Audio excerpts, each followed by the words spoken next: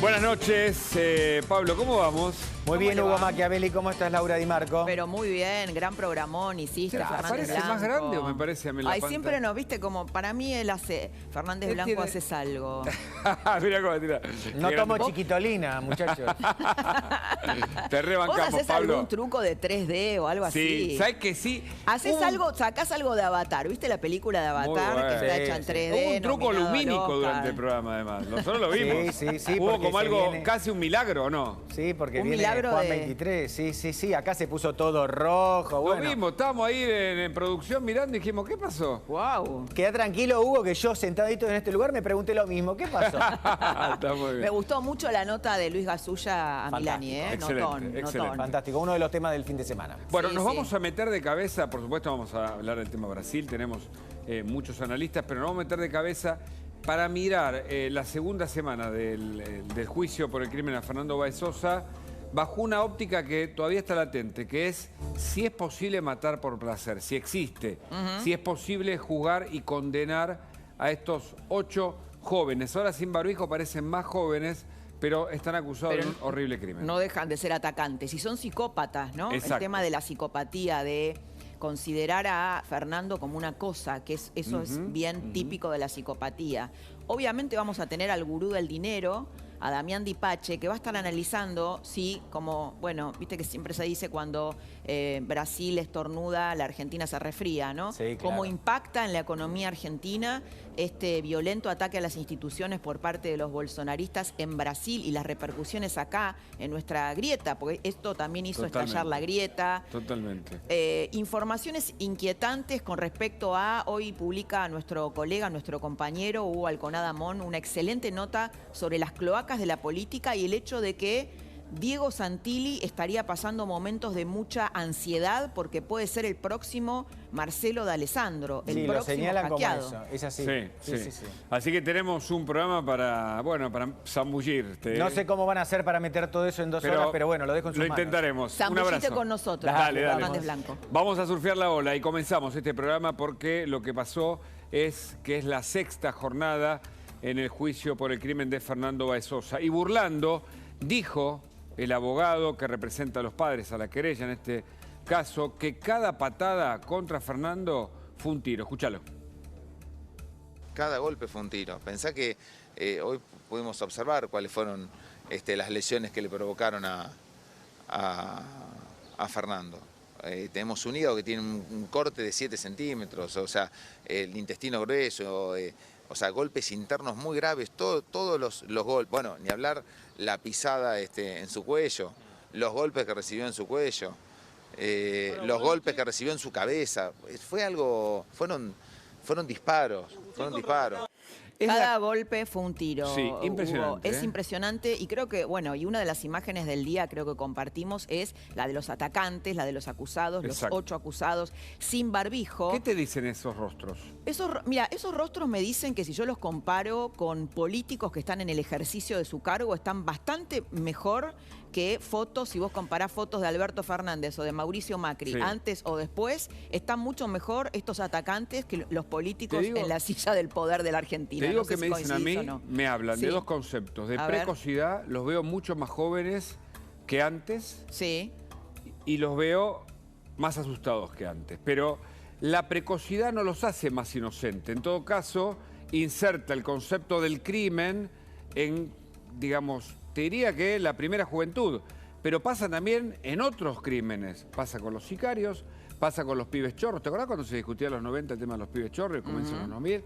Y estos chicos acusados de crimen organizado entre todos, ¿no? Lo que se llama la coautoría funcional. Más la alevosía y la premeditación es horrible. Ahora vos los mirás y los ves muy jóvenes.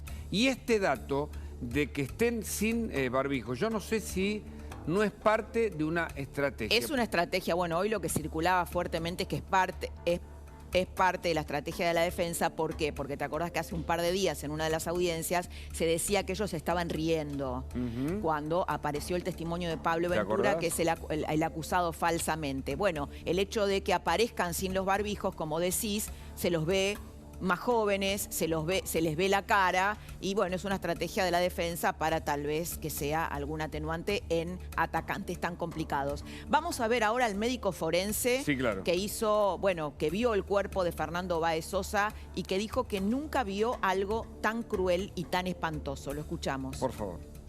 Doctor, ¿puedo hablar sobre la marca que tenía en la cara? ¿Sobre qué, perdón? Sobre la marca que tenía Fernando en la cara. Y las marcas que observamos nosotros son muy evidentes, de compatibles, por la figura que fue imprimida por una zapatilla.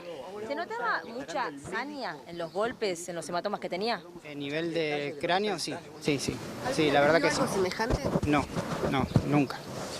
Vamos a hablar con Gabriel Di Nicola. Él está, por supuesto, cubriendo este caso en Dolores para lanación.com y también ahora para La Nación Más. Gabriel, buenas noches. ¿Qué tal, Hugo? Muy buenas noches, ¿cómo andás? Contanos las novedades de esta crónica, que aporta cada día más datos sobre el horrible crimen a Fernando. Así es, hoy fue un día importante porque declararon, por un lado, el médico que hizo la autopsia y también la primera doctora que llegó a la escena del crimen, y dieron detalles, la verdad, escalofriantes de este homicidio. Pero primero quería hacer una pequeña reflexión de lo que decían ustedes, de lo que fue la primera imagen, la primera filmación en el juicio de los 8 acusados sin barbijo. Y todos nos preguntamos por qué decidieron no tener más barbijos. Y como decían ustedes, la primera vez que se sacaron los barbijos, pero no pudieron entrar a las cámaras, fue el jueves pasado, justamente el día posterior a la declaración de Pablo Ventura, donde se había sostenido que habían tenido risas entre ellos cuando declaraba el remero falsamente acusado del crimen. A partir de ahí se ve que la decisión fue mostrar sus caras y estar serios durante toda la audiencia de ese día y los días posteriores, y así fue como hoy se permitió dejar entrar a las cámaras de la televisión y a las cámaras de los reporteros gráficos, y durante 30 segundos, un minuto, pudieron filmar esos rostros a cara descubierta, a cara limpia, como se diría, ¿no? ¿Y qué te decían esos rostros, Gabriel? Vos que estás ahí, los ves. Nosotros acá decíamos con Hugo, puede ser una estrategia de la defensa para mostrarlos más jóvenes, para mostrarlos más chicos. ¿Esto puede funcionar durante el juicio? No creo que funcionen, pero por lo menos es un mensaje, ¿no? Un mensaje que quieren transmitir, que están serios, que no se ríen, para desvirtuar lo que se instaló la semana pasada. Creo que ese es el mensaje, por lo menos, que quieren dar desde el momento que decidieron sacarse los barbijos. No creo que sean un atenuante, más allá de, como decían ustedes, muestren esa juventud, esa precocidad, pero no creo que para nada influya en su momento cuando los jueces del tribunal tengan que decidir el veredicto. Pero sí se puede leer, aunque sea como, entre comillas, un mensaje de comunicación. Gabriel, espérame que juntos escuchamos a la médica que le hizo RCP a Fernando Báez Sosa. A ver.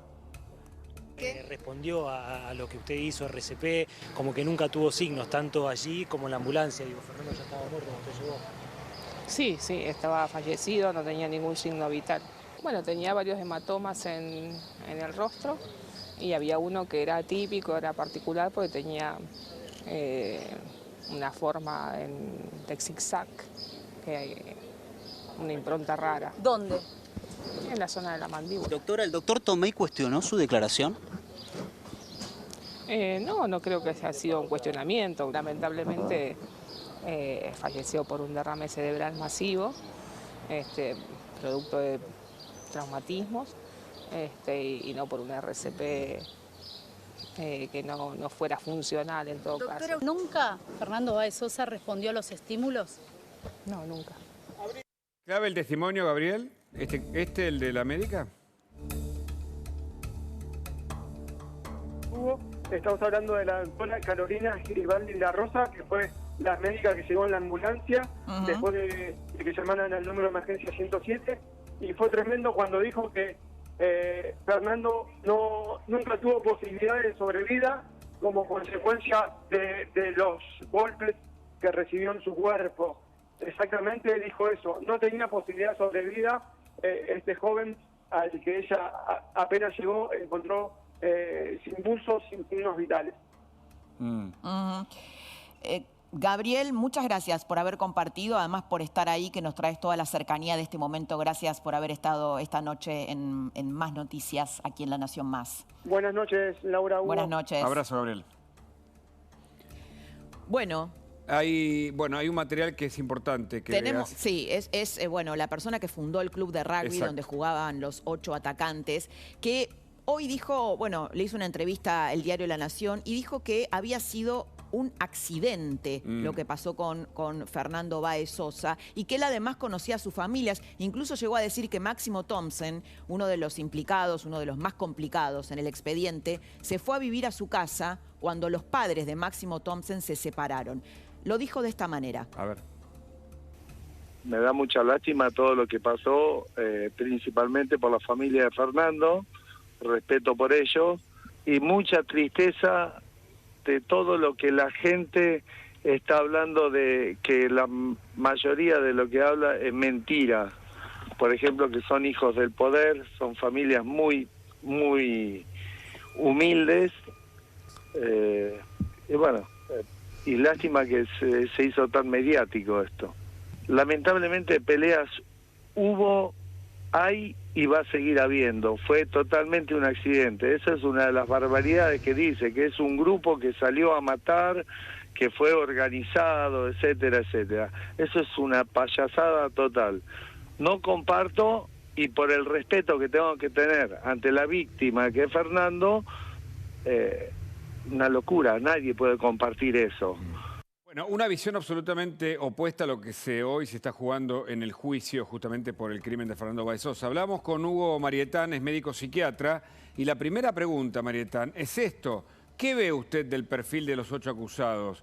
¿Un fin, una muerte como el fin de una pelea, o una persecución, una cacería mortal y hasta muchos aventuran un asesinato por placer? Buenas noches. Buenas noches, Hugo. Yo veo que acá, hola Laura, un gusto. Yo veo que aquí se omite el punto inicial, es decir, cómo se inició todo esto. Porque visto así, de generación espontánea, que 8 personas se largan a la casa de otra persona y lo someten a feroz castigo, provocándole la muerte por eso, es una cosa. Y después verlo, cómo empezó todo esto. ¿Por qué se le agarraron con este muchacho? ¿Sí? Yo hacía la observación siguiente. Al parecer uno de los testigos dice que Báez le había golpeado a uno de ellos dentro del boliche. ¿Sí? Entonces, después ocurrió otra cosa. Uno dice, bueno, están reaccionando a el golpe que le dio Báez a uno de ellos, y reaccionaron de manera corporativa, ¿sí? Esto es un equipo de rugby, lo que le pasa a uno nos pasa a todos, y tal vez eso es lo que confunde tanto. Y el otro punto, ¿no es cierto?, es pensar por qué, ¿no es cierto?, ocurrió lo que ocurrió. ¿Y por qué? Porque hubo otro acto mucho más agresivo para los rugbyers, estamos hablando del punto de rugby, que fue cuando los echan del boliche, y los patovicas lo toman, ¿no es cierto?, del cuello de la camisa, lo agarran el cuello y lo sacan como perros del lugar ese, ¿sí? Prácticamente a todos, ¿sí? Y ellos no reaccionan con violencia contra los patovicos, pudiendo hacerlo porque son varios contra 2 o 3, ¿sí? Entonces vemos que ellos tienen una reacción violenta diferenciada. Una cosa es cómo lo toman con respecto al muchachito Fernando, y otra cosa es que ellos asumen, ¿no es cierto?, que que los traten con violencia y los saquen ahí como perros. Está bien, qué sé yo. Y entonces ocurre esto, se me ocurrió pensar que dentro de la lógica de un cuerpo de muchachos entrenados, que ellos entrenan juntos, que tienen esta tendencia corporativa que produce los deportes de conjunto, ellos tomaron como un hecho lógico que los patovicas, que tienen la responsabilidad de cuidar el orden adentro, si ellos hacen un desorden, de hecho una pelea, les pareció normal y común que lo saquen directamente, porque son todos tipos de alto rendimiento físico, ¿sí? O sea que eso no los ofendió, Ujú. Sin embargo... ¿Y cuál es la lectura, lo que hizo Fernando, doctor Marietán, que usted hace de eso? Porque eso no los ofendió, es verdad, es algo, la verdad que es como una escena que yo no había visto. Aclaremos que el doctor Hugo Marietán es especialista en psicopatía, y entonces, bueno, también lo que queremos explorar acá es si estos jóvenes eran un grupo de psicópatas o actuaron de un modo psicopático juntos.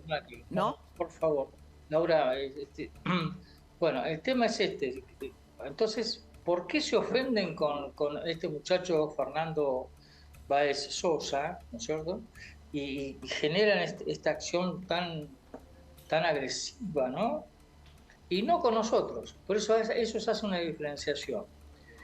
Una cosa entonces supuse por la declaración del testigo que dice Báez lo golpeó en el abdomen, en el estómago a uno de ellos, y al parecer Báez era físicamente superior a este pibe del grupo, y entonces reaccionan corporativamente, pues son un equipo, ¿sí?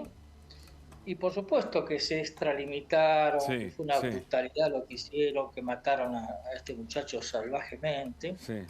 Pero yo no ¿Y a dónde creo- va, Marietán, dónde va con el hecho de que van por el débil ellos? ¿Como un código de equipo? ¿Qué es lo que...? No van por el débil.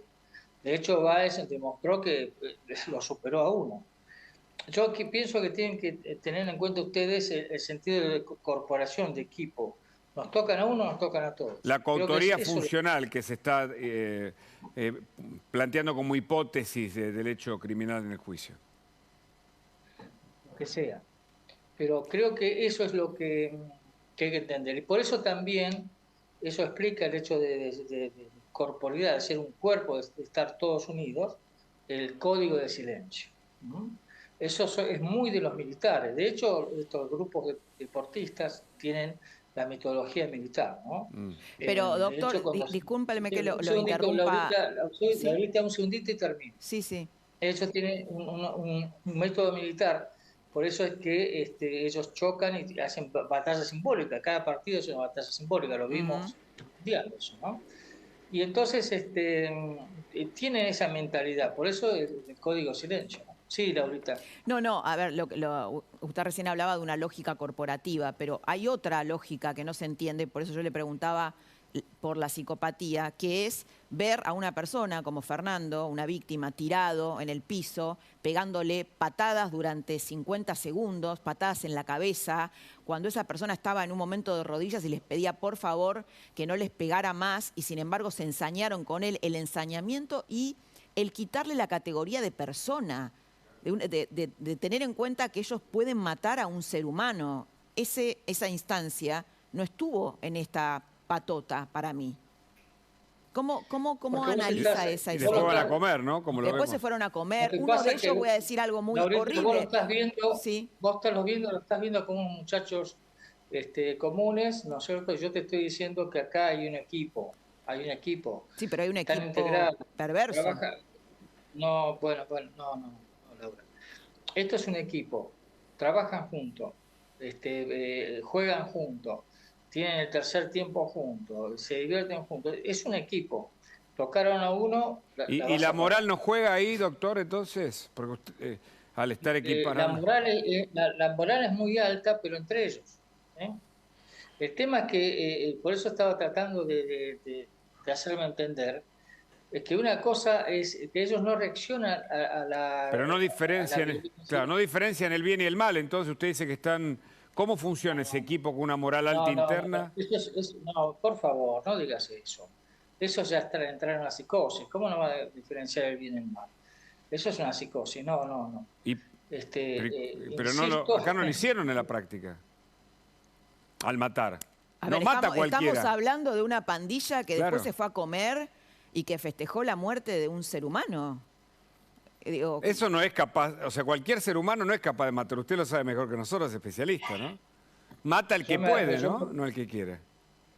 Yo me ocupo de eso, pero tampoco quiero esa distorsión que estás haciendo, no. Es decir, vos está bien, querés eliminarlo, lo eliminamos, no pasa nada. Estoy totalmente de acuerdo que sean juzgados, que se le den 50 años a cada uno, que mataron a una persona que empató no en equipo y lo mataron, y bueno, hay que pagar por eso, absolutamente de acuerdo, ¿sí? Simplemente estaba tratando de que se entienda la génesis, pero veo que no. No, lo entendemos, pero hay un punto en el que entramos en este conflicto, doctor, o por lo menos le queremos preguntar a usted, que es el que sabe. ¿Cómo puede ser que ese equipo que tiene una moral alta interna, que actúa en equipo y demás, es capaz de matar? Y festejar. Y no arrepentirse, además, porque digo, tuvieron además, doctor, que me parece interesante el dato, 3 años para poder reflexionar. Los padres de estos chicos jamás pidieron disculpas, los tratan de justificar y tratan de que tengan una buena situación en la cárcel. Digo, pasaron 3 años donde podría haber algún grado de arrepentimiento. ¿No lo hubo? No, porque ellos hicieron lo que ellos consideran que es correcto. Claro, no hay caso, no penetra la idea de equipo, de integración, de corporidad, ¿no? Vamos a diluir un poco a ver si se entiende. Por ejemplo, en el último mundial, ¿no? En un momento, ¿no es cierto?, uno de los argentinos hace una burla, creo que a los holandeses o al otro, ¿no? Y los holandeses reaccionan tratándolo de agredirlo a este jugador que estaba en la cancha. Todos se fueron al lugar donde iba a ser agredido este muchacho. Todos. Eso es el sentido de cuerpo, de equipo. No, esto yo lo entiendo, pero de ahí a matar a alguien me parece que hay una distancia enorme. Una cosa, a ver, doctor, una cosa es la defensa corporativa, ¿no? Por ejemplo, no sé, cuando agreden a uno de nuestros colegas. Al otro paso porque ustedes están imbuidos en el tema de que hay que masacrar a estos pibes porque han hecho esto. Nosotros nunca nada que ver, doctor. No dijimos eso. Nada más opuesto a lo que yo pienso, por lo menos. La sociedad argentina pide justicia. Hugo, pide justicia. Hugo, ¿usted le parece normal que un grupo de jóvenes con una moral alta y demás cometan un crimen y ni se mosqueen? Respóndame esa pregunta, por favor. Esa estupidez no voy a responder. Bueno. Me parece que está un poco agresivo. ¿Está agresivo? Si me parece normal. Bueno. ¿Cómo decís a mí si me parece normal? Yo te voy a decir una cosa más, ¿sí? Esta postura que yo estoy manteniendo en este momento, a pesar de que choque contra lo que ustedes piensan, es porque yo necesito que los medios entiendan que acá hubo un punto A, un punto inicial de todo, que desencadenó todas las acciones. ¿Para qué entender eso? ¿Para qué? Para darle un carácter preventivo, ¿no es cierto?, a este hecho tan triste de que haya muerto un chico, y decir, vos cuando te vas a pelear en los boliches, donde sea, cuídate, porque no sabes con quién te estás peleando. Podés pensar que te estás peleando con uno, y resulta pero que ¿usted está incriminando a Fernando? No entiendo. Y además esto de calificar la pregunta del otro no está bien, doctor, me parece, ¿no? Bueno, me crucificás, dale. No, usted dijo que era una estupidez lo que nosotros preguntamos. Bueno, doctor Marietán, muchas gracias por haber compartido esta noche con nosotros. Gracias. Bueno, me tirás al suelo y después me dejás en el suelo. No sé la diferencia. Gracias. Mira vos qué. Bueno, qué temor, ¿no? Sorprendente. Sí, porque además nosotros tratábamos de tratar de entender con un psiquiatra cómo funciona un grupo que es capaz de matar. Esto está fuera de discusión a esta altura, ¿no? Ahora, ¿cómo se configura? Bueno, se supone que los especialistas nos ayudan a entender si eso tiene que ver con, algún médico acá lo dijo, a la tarde, con la determinación, la crianza, la configuración de una personalidad, si eso es capaz de trasladarse a un equipo, si se mata y no se tiene ningún remordimiento, cómo opera. Sí. Tratamos de entender, desde el punto de vista médico, la cabeza de 8 personas acusadas de un crimen. Además, recién con premeditación y alevosía. Hablaba de la defensa corporativa, que cualquiera puede entender el sentimiento de formar parte de un grupo. Por ejemplo, a ver, cuando injustamente o arteramente atacan a uno de nuestros colegas, uno se siente parte, se siente solidario. Ahora, de ahí a matar a alguien hay una distancia gigantesca. Pero es que cualquier grupo, si alguien está cometiendo el error de pasarse de una línea que es el bien y el mal, o una moral donde la agresión al otro no corresponde, yo creo que un grupo sano, un miembro del grupo le dice, no, pará, me parece que esto así actúa. La verdad que no se quedó.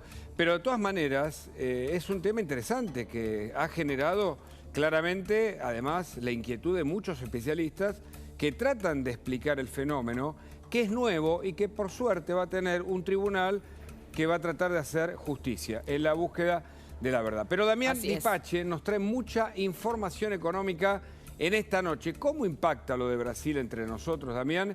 ¿Y qué pasa con nuestro salario? Buenas noches. ¿Cómo les va? Buenas noches, Dami. Si hay algo en que necesita, digamos, no análisis psiquiátrico, pero psicológico, son aquellos que efectivamente les pegó en materia de salario. ¿Por qué? Porque la pérdida del salario real en los últimos años fue monstruosa, por lo menos en los últimos 5 años. Vamos a hacer un recorrido de cuánto perdieron en términos de salario real los trabajadores en Argentina y vamos a ver incluso cuáles son el salario más alto y cuál debería ser un salario para vivir bien en una clase media. Miren, 2018, la inflación fue del 47,6%. Sin embargo, los salarios evolucionaron 29,7%. 2019, la inflación fue 53,8%. Los salarios evolucionaron 40,9%. Todos a pérdida. 2020, la inflación fue 36,1%. Los salarios 33%. En 2021, la inflación fue del 50,9%, es el único año que le ganaron en 2021, pero muy cercano a la inflación, los salarios 53,4%. En los 10 meses del acumulado del 2022, los salarios estaban en el 69,5%, la inflación en 76,6%, también perdiendo los salarios versus la inflación. Bueno, ¿qué es un salario bueno y un salario malo en Argentina? Ahí nosotros tenemos datos de uno de los sectores que está apostando este gobierno y la gente se va a sorprender, es más, quizás se va a, digamos, sentir envidiosa respecto del dato que vamos a mostrar. Es el sector de la minería, ahí lo estábamos viendo en placa. Es la remuneración promedio a nivel nacional de las más altas de Argentina. 394.237 pesos, es 1,9 veces el salario promedio en Argentina, que es 170.000 pesos bruto. Bueno, la realidad que cuando vas a otros lugares del país, lo vamos a ver en otras placas, este mismo sector tiene una remuneración mayor. Si uno va al caso de Santa Cruz, la remuneración promedio es de 558.522 pesos. A ver, $1.500. En el otro caso, $1.000. Sí, que tampoco es una locura. Si vos lo equiparás con lo que cobran en Estados Unidos, creo que alguien que trabaja en una hamburguesería cobra eso por mes, ¿viste? Entonces, quiero decir, para entender el salario en términos internacionales. Un mozo gana en Estados Unidos $1.500 Ahí está. por mes. Quiero es lo decirte. que gana el ingreso familiar de la clase media alta. Pero hoy. totalmente, Laura. Nosotros, porque acá nos separamos y, viste, se dice que el kirchnerismo le gusta que nos quedemos entre nosotros y qué sé yo, para que supongamos que el mundo no existe o que nosotros podemos ser autosuficientes. Pero cuando vos comparás el salario real, aún de los que mejores ganan a nivel internacional, ¿no, Damián? Desgraciadamente, la pérdida de poder adquisitivo del peso frente a la divisa norteamericana fue terrible en los últimos años, a punto tal que Argentina tiene el salario medio en dólares, el anteúltimo de América Latina, o sea, el último es Venezuela, ¿no?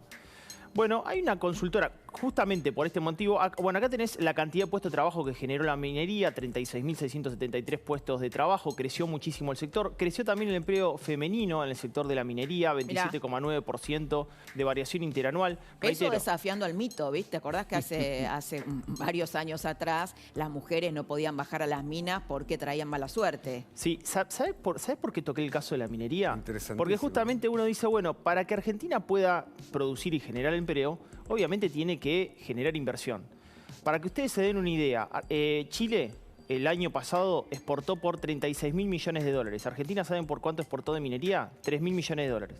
O sea, 10 veces menos que Chile. El potencial argentino es enorme. O sea, con los salarios más altos, el potencial en ese sector es enorme. Todavía nosotros estamos viendo cómo hacemos para poder habilitar otros yacimientos, otras exploraciones, y estamos retrasadísimos. De hecho, cuando jugamos lo dije acá en La Nación, cuando jugamos contra Australia, Australia, ¿saben cuánto exportó el año pasado? 236.000 millones de dólares. Pero ¿qué es lo que falta en la Argentina entonces cuando lo comparás Faltan con Chile? políticas claras, faltan reglas jurídicas, falta que se habiliten, faltan que evidentemente el sector público se alíe con el sector privado y empiece a habilitar la minería. Minería que ya no es como hace 40, 30 años que en definitiva contamina. La minería en el mundo evolucionó muchísimo, hay una maquinaria, hay tecnología avanzada para evitar eso. Entonces, digo, lo tomo como paradigma de decir, quieren un buen salario, lo pueden encontrar ahí, pero nos falta 10 veces más que lo que está pasando en el mundo. En el caso de Australia, 20 veces más, ¿no? Bueno, otra vez lo que falla es la política, ¿no? Absolutamente. Siempre la política. Exacto. Bueno, fíjense qué pasa con aquellos argentinos que quieren buscar salarios en dólares. Bueno, 1 de cada 3 argentinos busca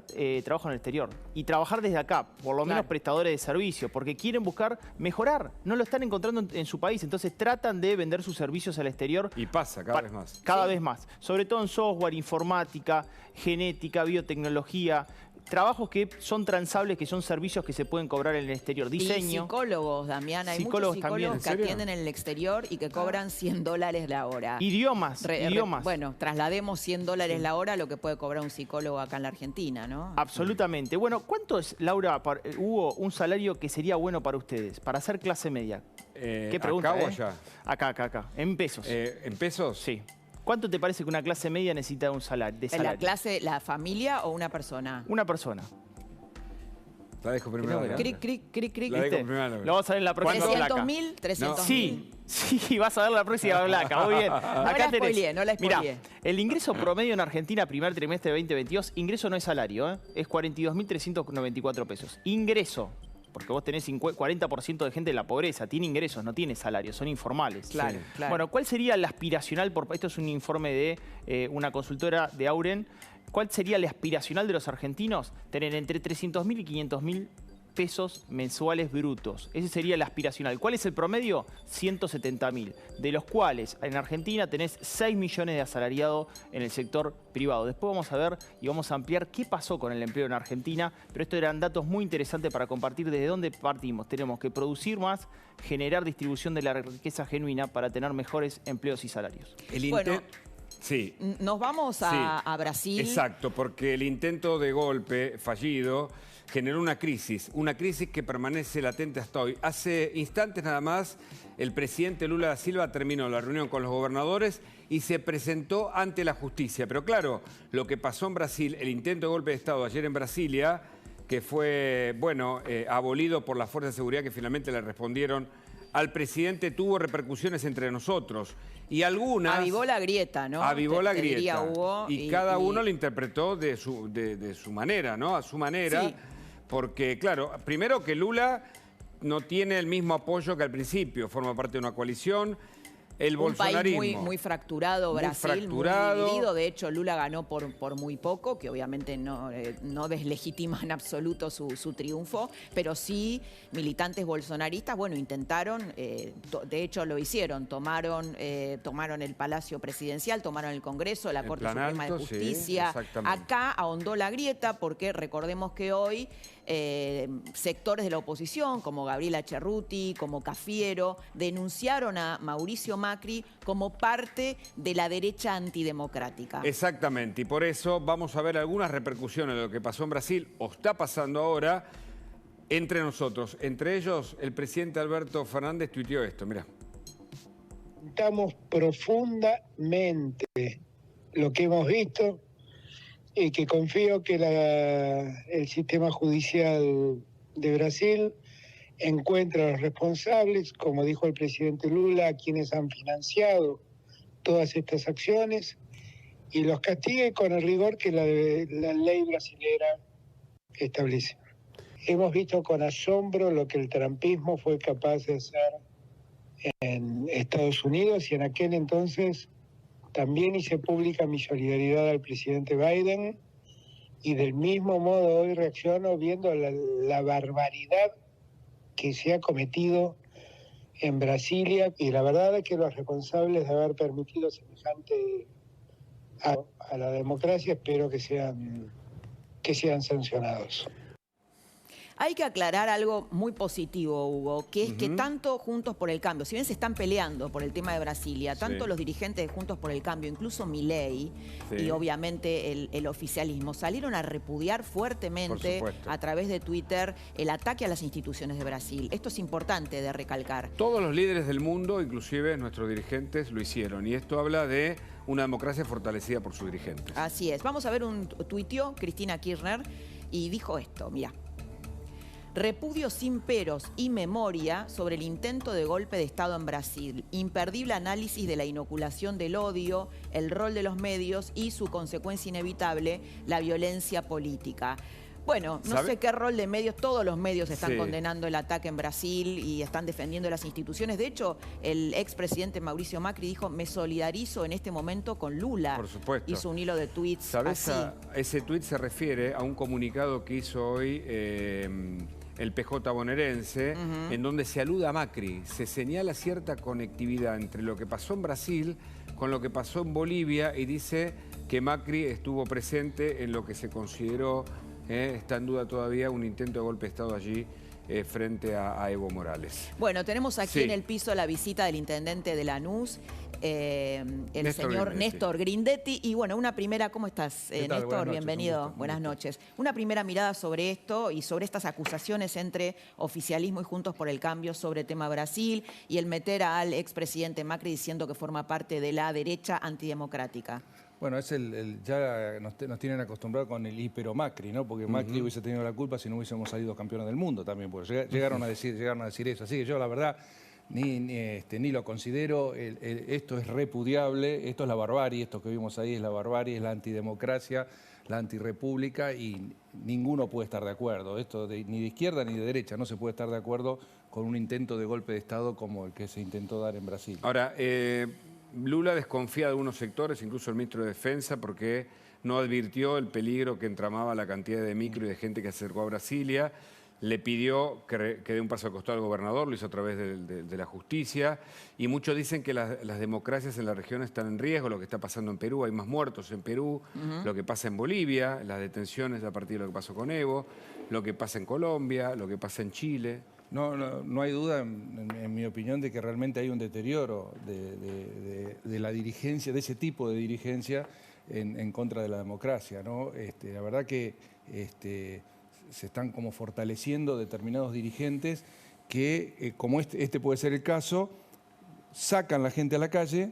Sacar a la gente a la calle, sobre todo en situaciones de crisis, no es difícil. El problema es volverla a su casa con tranquilidad. ¿A Bolsonaro se refiere en este caso? No, yo digo en general la dirigencia que busca, a mí no me consta que Bolsonaro haya iniciado esto. Digo, quien sea que genera un acto en la calle masivo de miles de personas, tiene que saber que, de nuevo, es fácil sacar a la gente a protestar, es muy difícil, sobre todo cuando empieza a haber invasiones de un edificio de la democracia, como es el caso, volverla a su casa con tranquilidad. Me parece que en eso tenemos que ser mesurados y tenemos que fortalecer los valores de la democracia y los valores de la república. Creo que es ahí donde hay que dar la discusión y donde hay que asirse para que estas cosas no sucedan. Grindetti, muchos temas tenemos para hablar con usted, que es la inteligencia, el uso del espionaje en la campaña política, los nuevos hackeados, el juicio político, el conurbano, la inseguridad en el conurbano. Pero lo tenemos ahora a Diego Guelar, ex embajador,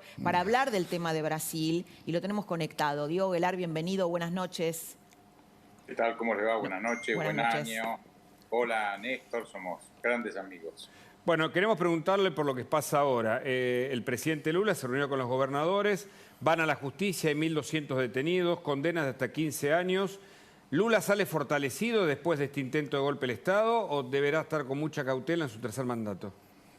No, yo creo que sale fortalecido, que lo que ya era una expectativa el día sábado previo a estos hechos de barbarie que todos vimos, se refuerza a hoy lunes. Es decir, no veo ninguna causa para pensar en un debilitamiento, en un problema de gobernabilidad. Esto ha sido una locura, hay que dejar que la justicia...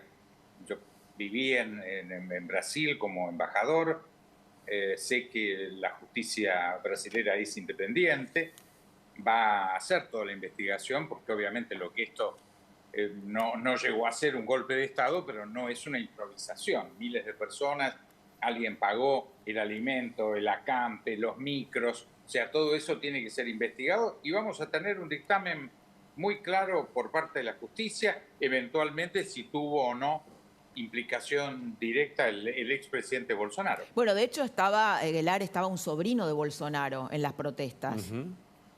Bueno, pero por eso yo creo que todo esto va a surgir con mucha claridad. Todos vimos una actitud muy parecida en Bolsonaro a la que tuvo en su momento el presidente Trump, ¿no? De instigar este tipo de reacción o de revuelta. Vimos lo que pasó el 6 de enero hace 2 años en el Capitolio. O sea, hay una gran semejanza en estos dos episodios y desde ya hablan de, tanto en el caso de Trump como en el caso de Bolsonaro, de dirigentes que tienen poco apego a las instituciones republicanas y democráticas. Diego Aguilar y Néstor Grindetti, tenemos algunos tuits para repasar de algunos dirigentes políticos que incluso admiran a Bolsonaro o se han sacado fotos con Bolsonaro. Uno de ellos es Javier Milei. Miramos este tuit juntos. Y dice Milei, aquí les paso la declaración del Foro de Madrid, que es un foro asociado al liberalismo, en el que él abreva, recordándoles que a su vez soy firmante de la Carta de Madrid, así de paso pueden saber por dónde pasa mi posición sin tener que inventar en línea con los que miserablemente intentan operar con estos episodios. Bueno, ahí Milei lo que dice es, condena los hechos de Brasil, pero también habla de la doble moral de la izquierda, diciendo que, por ejemplo, no condenaron los ataques o el incendio de trenes en Chile cuando gobernaba Piñera, o no cuestionan, no critican las dictaduras de Venezuela, de Cuba, de Nicaragua, donde se violan sistemáticamente los derechos humanos. La doble vara, ¿no? ¿Aguilar? Sí, yo creo que la doble vara existe. Eso no hay ninguna duda y es eso lo que los dirigentes democráticos, seamos de izquierda, de derecha, de centro, tenemos que defender. Es decir, evitar la doble vara que efectivamente existe, forma parte de la realidad, pero no es bueno que exista y por lo tanto no tenemos que hacer de esto una forma de excusar responsabilidades, sea de un lado o sea del otro. Hay un tuit de Pichetto, para que también nos dé su opinión Néstor Grindetti, que está aquí con nosotros. A ver, Pichetto tuiteaba esto, del peronismo republicano. El presidente Fernández habló de golpe. Es malo lo que pasó en Brasil, pero también es muy malo en la Argentina el ataque a la Corte Suprema. Defender la democracia conlleva el respeto a los otros poderes del Estado. La coherencia debe regir la vida de los hombres públicos. ¿Grindetti? Yo creo que lo que decíamos antes, ¿no? Nosotros tenemos que trabajar sobre fortalecer los valores de la democracia y de la república, porque si no siempre vamos a encontrar de un lado y del otro. Uno podría decir, tenemos que repudiar los piedrazos que tiraron al Congreso de Argentina, en oportunidad se trataba una ley específica. Me parece que empezar a echar culpas de un lado y de otro no alcanza, no sirve, y sí tenemos que decir los valores que nosotros defendemos. Los habitantes de un país normales, digamos, son estos, la república y la democracia, y fortalecernos ahí y no estar comparando uno con otro a ver quién atacó mejor o quién atacó peor. ¿Damián? No, yo le quería preguntar a Néstor y a Diego respecto de cuando uno ve este avance, tanto el caso del Capitolio con Trump como el caso de Bolsonaro, que de alguna manera intentan instigar, pero uno cuando ve ese movimiento parece una masa poco orgánica, poco liderada, muy amorfa. ¿Cuál, esta o aquella? Sí, esta, las dos. En realidad no hay nadie que conduzca, no hay ninguna propuesta detrás de eso. ¿Qué ven ustedes? ¿Por qué todas estas miles de personas se terminan lanzando a una iniciativa que no conduce a nada? Porque no hay nada concreto que en definitiva estaban buscando, ¿no? ¿Aguilar? A ver. Sí, yo creo que hay, por un lado, una instigación de arriba. Esto ocurrió con Bolsonaro y ocurrió con Trump. Después aparece esta cosa, y yo coincido con esa caracterización. Yo creo que aquí, salvo que el informe después de la justicia o nuevos datos hagan aparecer que había una conspiración buscando un golpe, yo creo que esto es más un hecho horroroso, por supuesto, y oprobioso, pero no llega a ser un golpe de Estado, ¿no? Había, perdón, Diego, había militantes bolsonaristas que le pedían a los militares un golpe de Estado, concretamente. No hay duda que hubo ese reclamo. Por eso espero que la justicia delimite responsabilidades para ver si fue, obviamente, un intento de golpe. ¿Qué diablo fue esto que todos vimos? Néstor. Yo creo que hay una tremenda irresponsabilidad de la dirigencia, en este caso de Bolsonaro, bueno, el caso de Trump, que es también, lo decíamos antes, que es incitar a la gente a golparse, incitar a la violencia y después no poder controlarlo. Esto es una falla de liderazgos, de este tipo de liderazgos que descontrolan estas situaciones y que después son incapaces de resolverla. Y yo creo que pasa por una tremenda irresponsabilidad. Ahora, de esta gente. es un problema de la derecha, Aguilar, porque el gobierno dice que es la derecha, es Macri, bueno, y que además estuvo presente... No, pero esto es un agravio, me parece, gratuito, esta mezcla. Yo no quiero mezclar, porque si tenemos que hablar de golpe, tenemos que hablar del desacato a la Corte Suprema, hablemos de la Argentina. Okay. Estamos a un episodio que eso es lo que dice la oposición. Pero, digo, ¿y no es una forma de golpe contra la Corte Suprema el desoír un fallo? Yo creo que sí. Si se concreta el desacato, vamos a estar frente a un caso de un golpe de Estado en la Argentina. Lo que yo trato de hacer es no mezclar esto que ha hecho el gobierno, de mezclar lo de Brasil, establecer un paralelo entre Lula y Fernández, entre la situación argentina, Lofer, hacer esta mezcla. Yo creo que hoy estamos frente a un episodio grave en Brasil, que todo el sistema político ha repudiado en la Argentina y en el mundo, y cosa que me parece muy bien. Entonces, que nos estemos agraviando entre nosotros por esto, a mí me parece una bajeza. ¿Qué dice lo de Trump de no entregar el bastón o el pase de mandato, lo que hizo Bolsonaro y lo que hizo Cristina? ¿Hay algún tipo de regularidad ahí? Sí.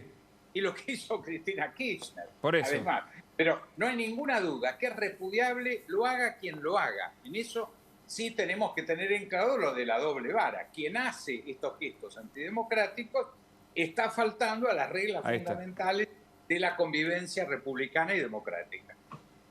Laura.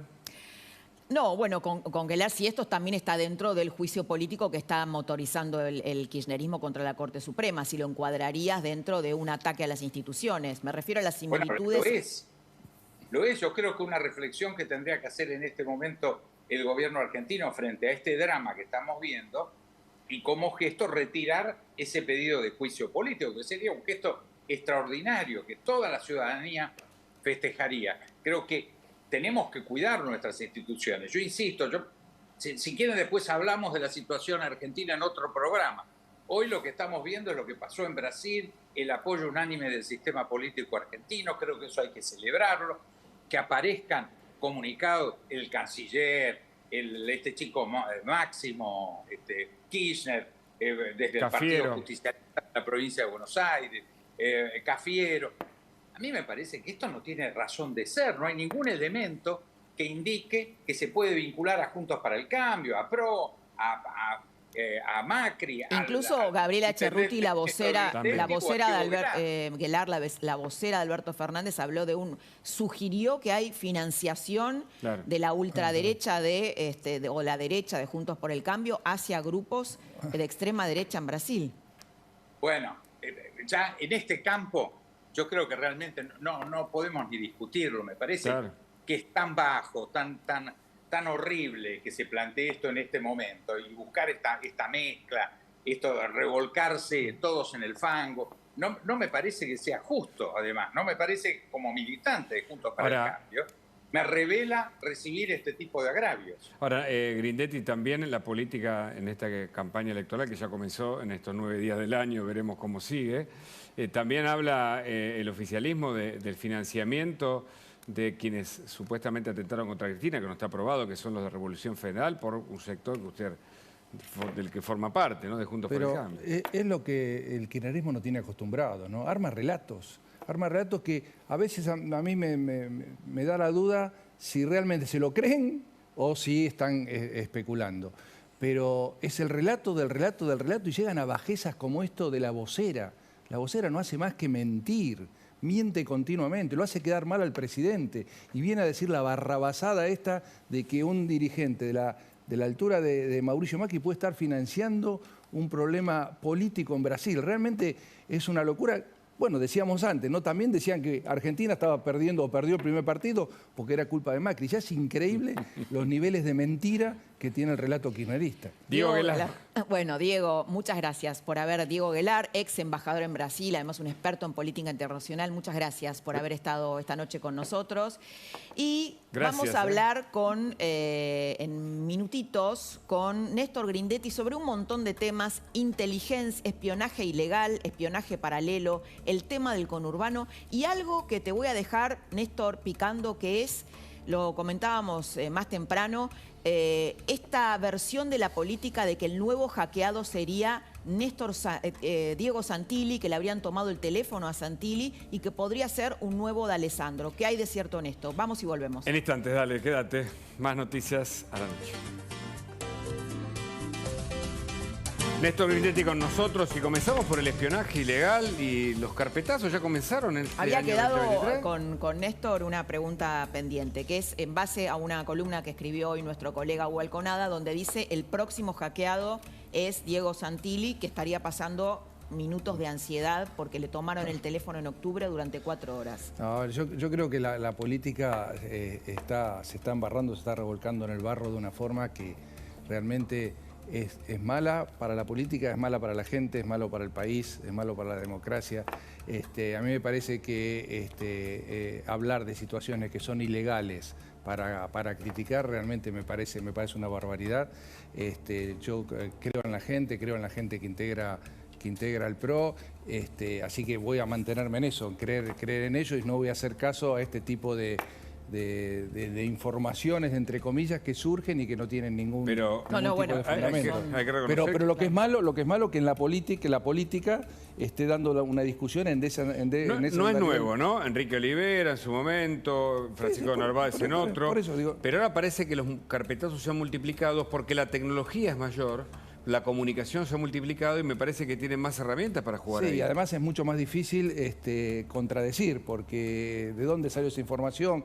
¿Cómo salió? La verdad que no, pero no es bueno. Pero yo creo que lo peor, yendo a la cuestión más macro, es que la política esté discutiendo en ese andarivel y no esté discutiendo los problemas de la gente. Claro. La gente está preocupada. Tendríamos que estar viendo qué hacemos con los planes, qué hacemos con la educación, qué hacemos con la inflación.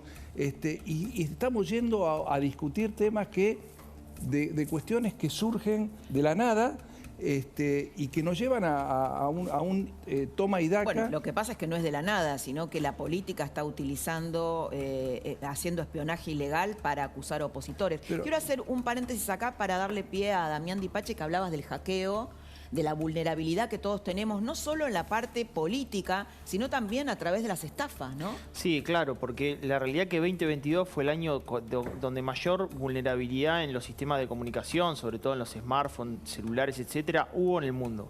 Y 2023 parecería ser que es un año donde la vulnerabilidad va a avanzar sobre otros sectores, y la realidad es que estamos ante el riesgo de que una campaña, como decía Néstor, que se debería convertir en cuál es mi propuesta de gestión, cuál es mi modelo, hacia dónde voy a llevar la política, la economía, cuál va a ser mi proyecto en materia social, posiblemente Néstor vaya hacia una arista donde sea sucio, y ustedes lo tienen que prever porque realmente hay mucha vulnerabilidad en los sistemas.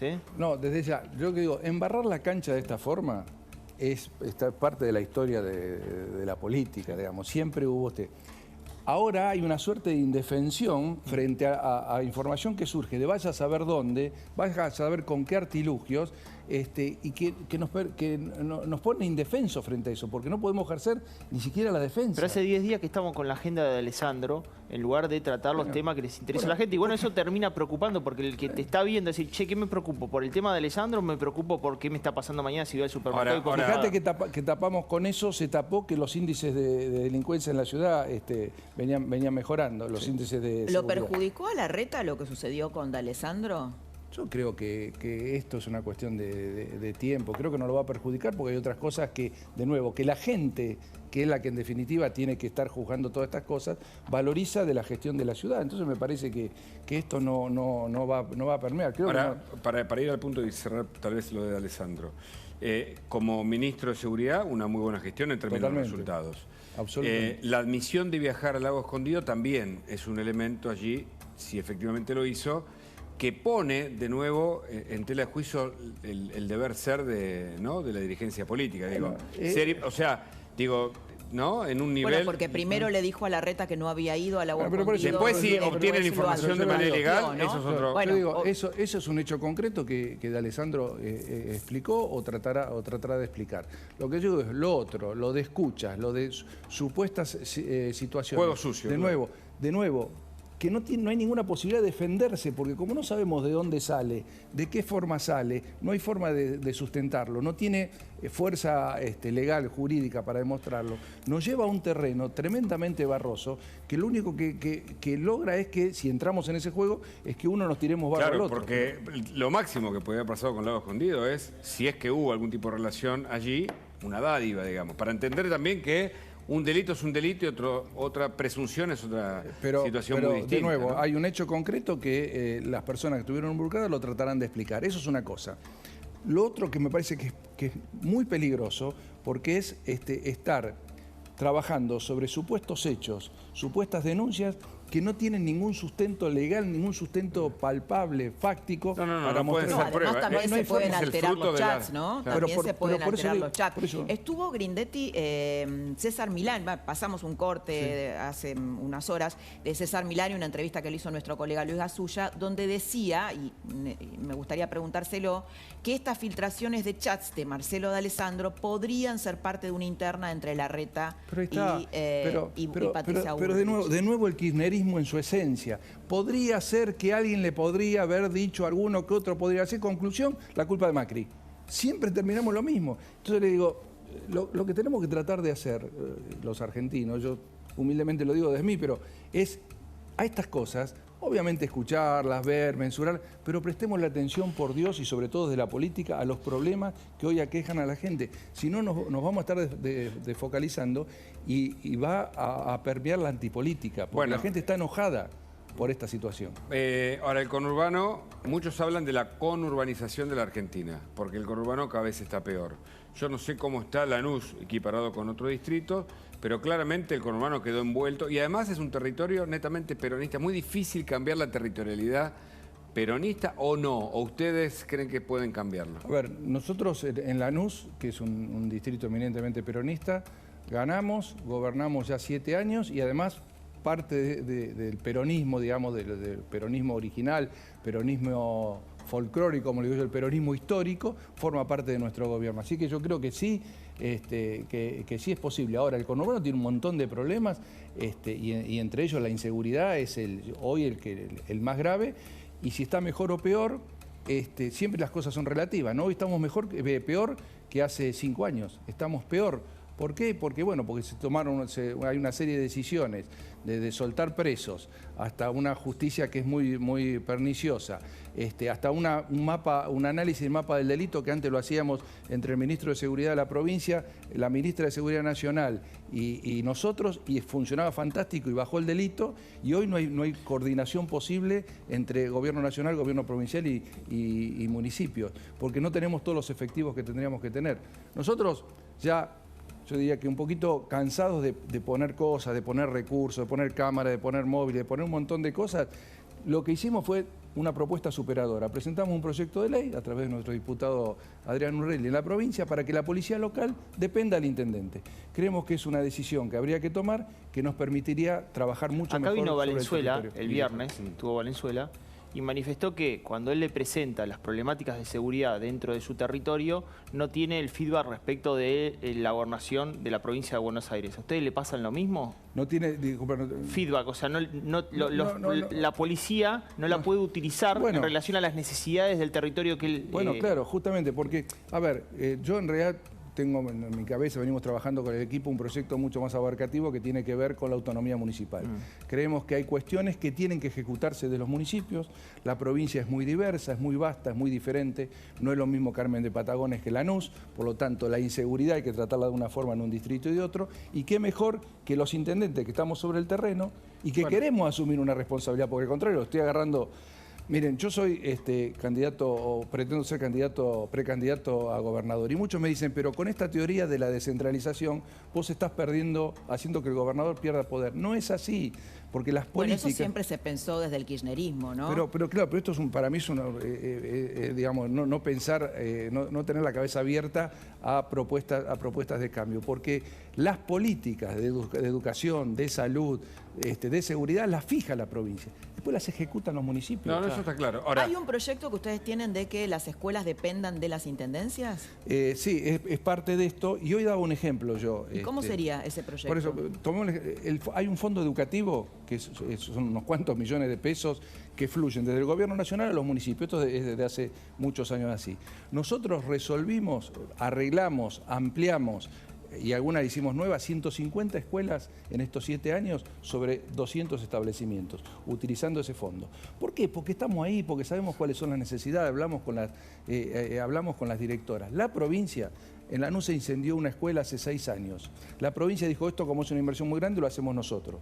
Ya fracasaron 3 licitaciones, y todavía la escuela está incendiada. Ahora, entonces... a mí me parece que el tema de la descentralización, hay ejemplos concretos sueltos que están funcionando. Habría que integrar todo eso en una normativa que permita dar más ejecución a la política. Es cierto, usted coincide con la idea de Valenzuela, que es la idea de, suena lógico, que el gobernador municipal o el intendente sea el que administre la cuestión pública, que conoce a la gente, etc. Ahora, nosotros venimos de los varones del conurbano también, ¿no? Bueno. Y de algún modo los varones del conurbano ha sido la estructura por la cual el peronismo se ha perpetuado allí en el poder. Sí. Lo tenemos como lo conversamos esto. Para mí la hipótesis por qué el peronismo no pierde el conurbano es porque territorialmente son los que militan, los que están ahí. Hay una discusión muy interesante que se da en la política, yo la tuve varias veces, que es que cuando yo voy con estas propuestas me dicen, bueno, pero hay intendentes malos. Bueno, pero uno no puede legislar porque hay personas que ejercen mal. Uno tiene que legislar como desde el punto de vista normativo lo que está bien, y si después hay un intendente que no lo ejecuta bien, se supone que no lo van a votar. Así funciona la democracia, porque si no, si tomamos coberturas porque hay intendente malo, y no vamos a resolver nunca el problema. Pero hay una cosa interesante que te señalaba, Hugo, que es la siguiente. Yo el otro día hablaba con una exfuncionaria de Cambiemos, del primer Cambiemos, viejo Cambiemos, y me decía, hay una relación muy estrecha, es más complicado, ¿no?, de los punteros peronistas con los barrios, porque ellos estuvieron a partir del 2001 durante mucho tiempo. Entonces, el hecho de que sea el puntero el que te da el plan y el que te quita el plan, aunque no sea así hoy, estamos hablando de gente vulnerable, que no tiene estudios, que no ha terminado en muchos casos la escuela primaria ni la secundaria. Entonces, el poder que tienen esos punteros sobre esa gente es muy grande, y eso le da una ventaja al kirchnerismo muy importante sobre los sectores populares. Pero déjame contarte con un hecho concreto, que eso se va terminando. Te digo, nosotros desde el municipio, todos lo saben porque lo venimos reclamando, no damos planes, no manejamos planes, no sabemos quién tiene planes, a quién se le da y a quién se le saca. Diego Kravet, trabajando como responsable de seguridad y jefe de gabinete de Lanús, trabaja muy bien con los barrios, y no estamos repartiendo planes, pero sí tenemos mucha llegada. Trabajamos temas de seguridad, de seguridad con ellos. Estamos muy bien con esa gente que se da cuenta que el puntero los vivía, como diríamos, en el barrio. Nosotros queremos terminar con esa intermediación. Creemos que la intermediación en los planes se tiene que terminar, y sí nos tendrían que dar a nosotros, no la plata, pero sí la administración de saber quién está y quién no está, para poder hacerlos trabajar y darle dignidad al laburo a eso. Una cosa es cómo se administran los recursos del Estado en términos de, por ejemplo, educación pública o de la seguridad. Pero yo estoy pensando en La Matanza, que tal vez sea el distrito, es el distrito de mayor población, el que tiene los bolsones de pobreza tal vez más extremos. Sin embargo, Espinosa tiene plazos fijos, no quiere ejecutar los presupuestos y compra los bonos que le propone Sergio Massa. Entonces, ahí hay un dinero que después faltan en las cloacas que la gente no tiene, me pongo a pensar, ¿no? Es decir, no faltan fondos, los fondos están y se subejecutan. Es así, hay que romper con eso. En el caso, y yo aspiro, el PRO, Cambiemos, que pueda penetrar eso y que pueda algún día gobernar La Matanza. A mí no me gusta ser autorreferencial, pero estando en la tercera sección electoral, en Lanús, muy emblemático del peronismo, lo tengo que referenciar. En el 2015 la situación de Lanús era esa. Y sin embargo nosotros fuimos, hablamos con los vecinos, recorrimos mucho, ganamos todas las elecciones hasta ahora. ¿Mejorar la situación de pobreza y de zonas vulnerables? Es decir, la situación de pobreza desde el municipio es muy difícil, lo que hay que darle es asistencia, pero desde ya nosotros entre las obras que hicimos... pero las calles, las... Bueno, sí, eso hicimos muchísima...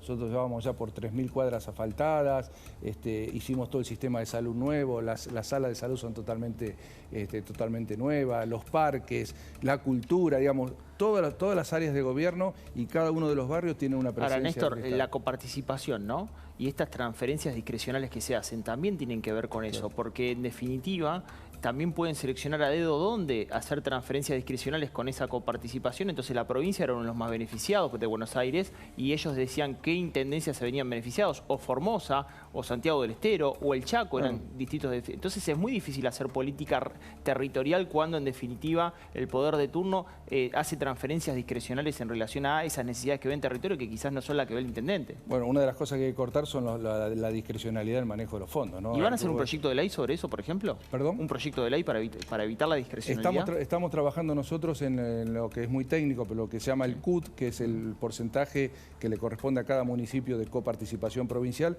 Nosotros estamos trabajando para ir con un CUT nuevo el año que viene, porque es tan viejo y tiene tantos retoques, es muy parecido a la coparticipación nacional, que hay que reformularlo. Y en esto que yo digo, de esta suerte de descentralización, tiene que venir acompañada con una reformulación del sistema de coparticipación. Grindetti, muchas gracias por su visita. No, por favor, un gustazo. Interesantísimo, hablamos de todos los temas.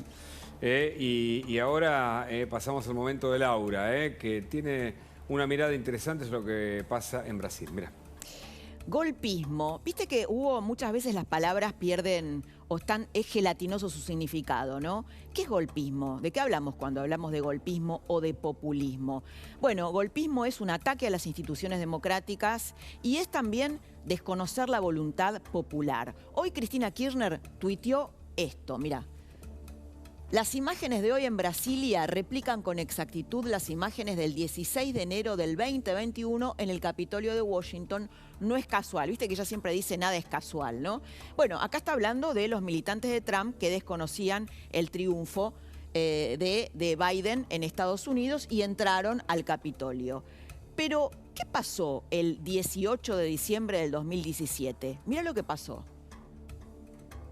Ahí tenemos al gordo mortero, Sebastián Romero, que está junto con el kirchnerismo y sus aliados intentando obstruir el funcionamiento del Congreso argentino, que estaba tratando la ley de movilidad jubilatoria, una ley que es infinitamente más benéfica que la que tenemos hoy. Esto también es golpismo. Esto es golpismo. Es tratar de suplantar al Congreso de la Nación. Esto sucedió el 18 de diciembre del 2017, mientras Macri gobernaba y la oposición a Macri, el kirchnerismo, trataba de obstaculizar el funcionamiento de las instituciones. Varias veces, si vos estudiás la historia, el kirchnerismo intentó desoír fallos de la Corte. Vamos a uno, el más reciente, mirá. Bueno, acá, después vamos a ver, hay varias historias.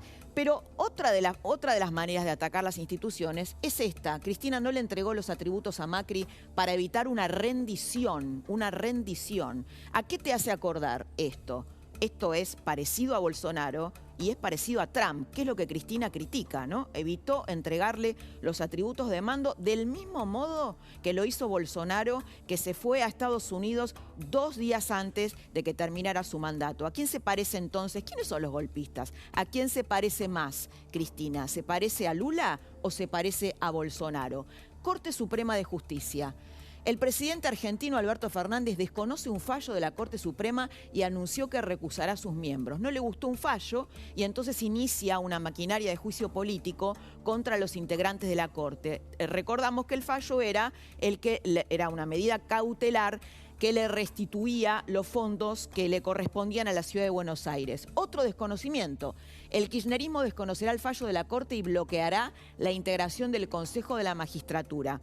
Bueno, Acá lo que pasó fue que la Corte lo que hizo fue declarar inconstitucional una ley que regulaba el Consejo de la Magistratura, que es el órgano que remueve y que designa jueces.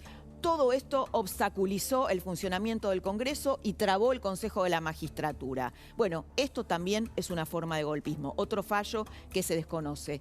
Y un fallo muy antiguo, que es el del procurador Sosa, que si vos mirás el modus operandi del kirchnerismo, es un continuado.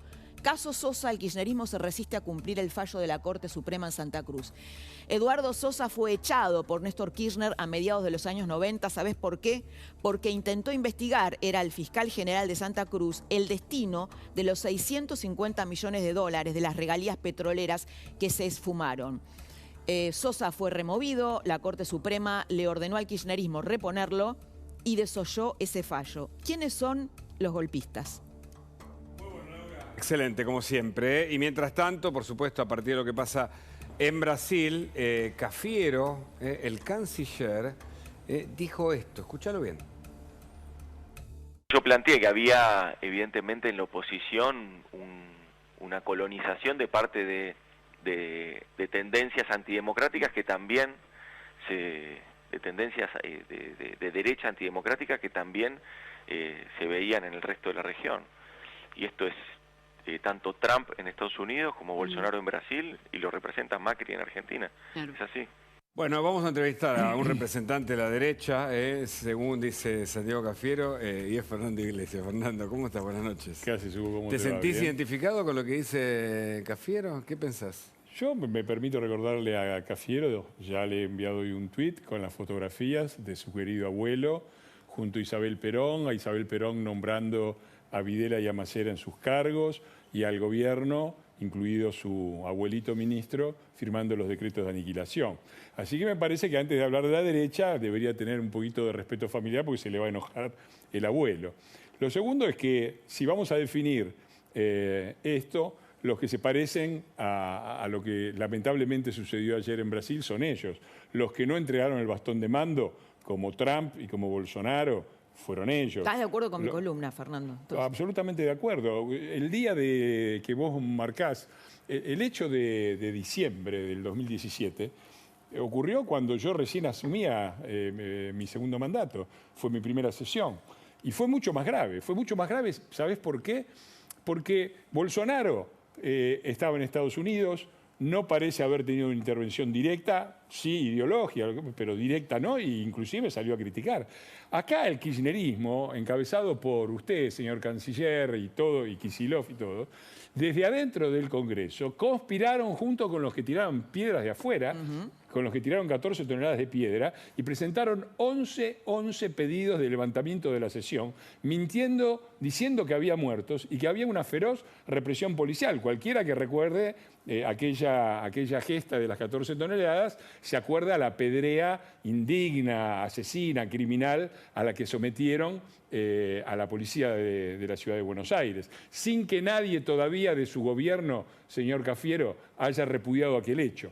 Así que antes de acusar a nadie, se deberían fijar un poquitito en dónde tienen la cara, porque verdaderamente me parece que se miran al espejo y ven algo transparente. Son verdaderos fantasmas que no merecen darle lecciones de democracia a nadie porque han sido sistemáticamente golpistas. Y les recuerdo que los últimos gobiernos derrocados por puebladas en este país fueron dos gobiernos del radicalismo, el de Alfonsín y el de la Rúa, que fueron derrocados por el mismo sistema de las calles, de la gente en las calles y de las puebladas con las que se intentó atacar a las instituciones brasileñas. Sí, es interesante lo que decís, Fernando, porque también ilumina otra dimensión, ¿no? Que es que en general cuando el peronismo está en la oposición, obstruye al gobierno que no es peronista a través de un montón de mecanismos. Y sobre todo ahora, ¿no? Que después de tantos años de ser gobierno, el peronismo tiene tomadas áreas del Estado. Se ha llevado partes del Estado a su casa, lo cual eso hace... Las cajas, te refieres. Las cajas, la cantidad de gente que nombró en el Estado, en diversas áreas, que hace también difícil la gobernabilidad. Es que son los más importantes. Estoy pensando en el idioma, en el PAMI, en la FIP.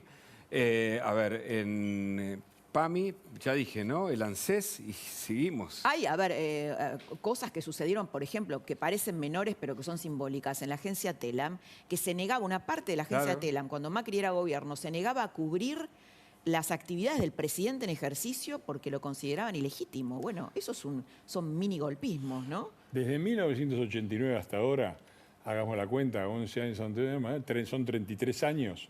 El peronismo ha gobernado 27 años y no ha dejado de gobernar los otros 6. Los 2 de la Rúa, donde fueron el club de helicóptero y lograron voltearlo, y los 4 nuestros.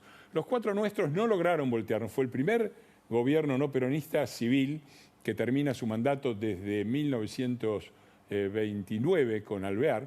Y hay que recordar, porque es cierto, no lo digo yo, lo dice el propio Macri, que era el presidente. Si volviéramos a esa situación, quizás haríamos las mismas cosas con mayor velocidad y con mayor profundidad. Pero también hay que recordar en qué circunstancias es, porque el peronismo, aun cuando está fuera del gobierno, mantiene el control de todo lo que dijeron ustedes. Más, nosotros teníamos un diputado de cada 3, un senador de cada 5, 5 gobernadores de 24, en contra la CGT, los piqueteros, los movimientos barriales, el Papa, todo ese enorme sistema de poder y de un poder corporativo empresarial muy fuerte, la parte del empresariado argentino que vive de los subsidios y no de las inversiones, todo eso estuvo en contra de nosotros. Entonces, esto es un enorme desafío y es un desafío que debe entender sobre todo la ciudadanía.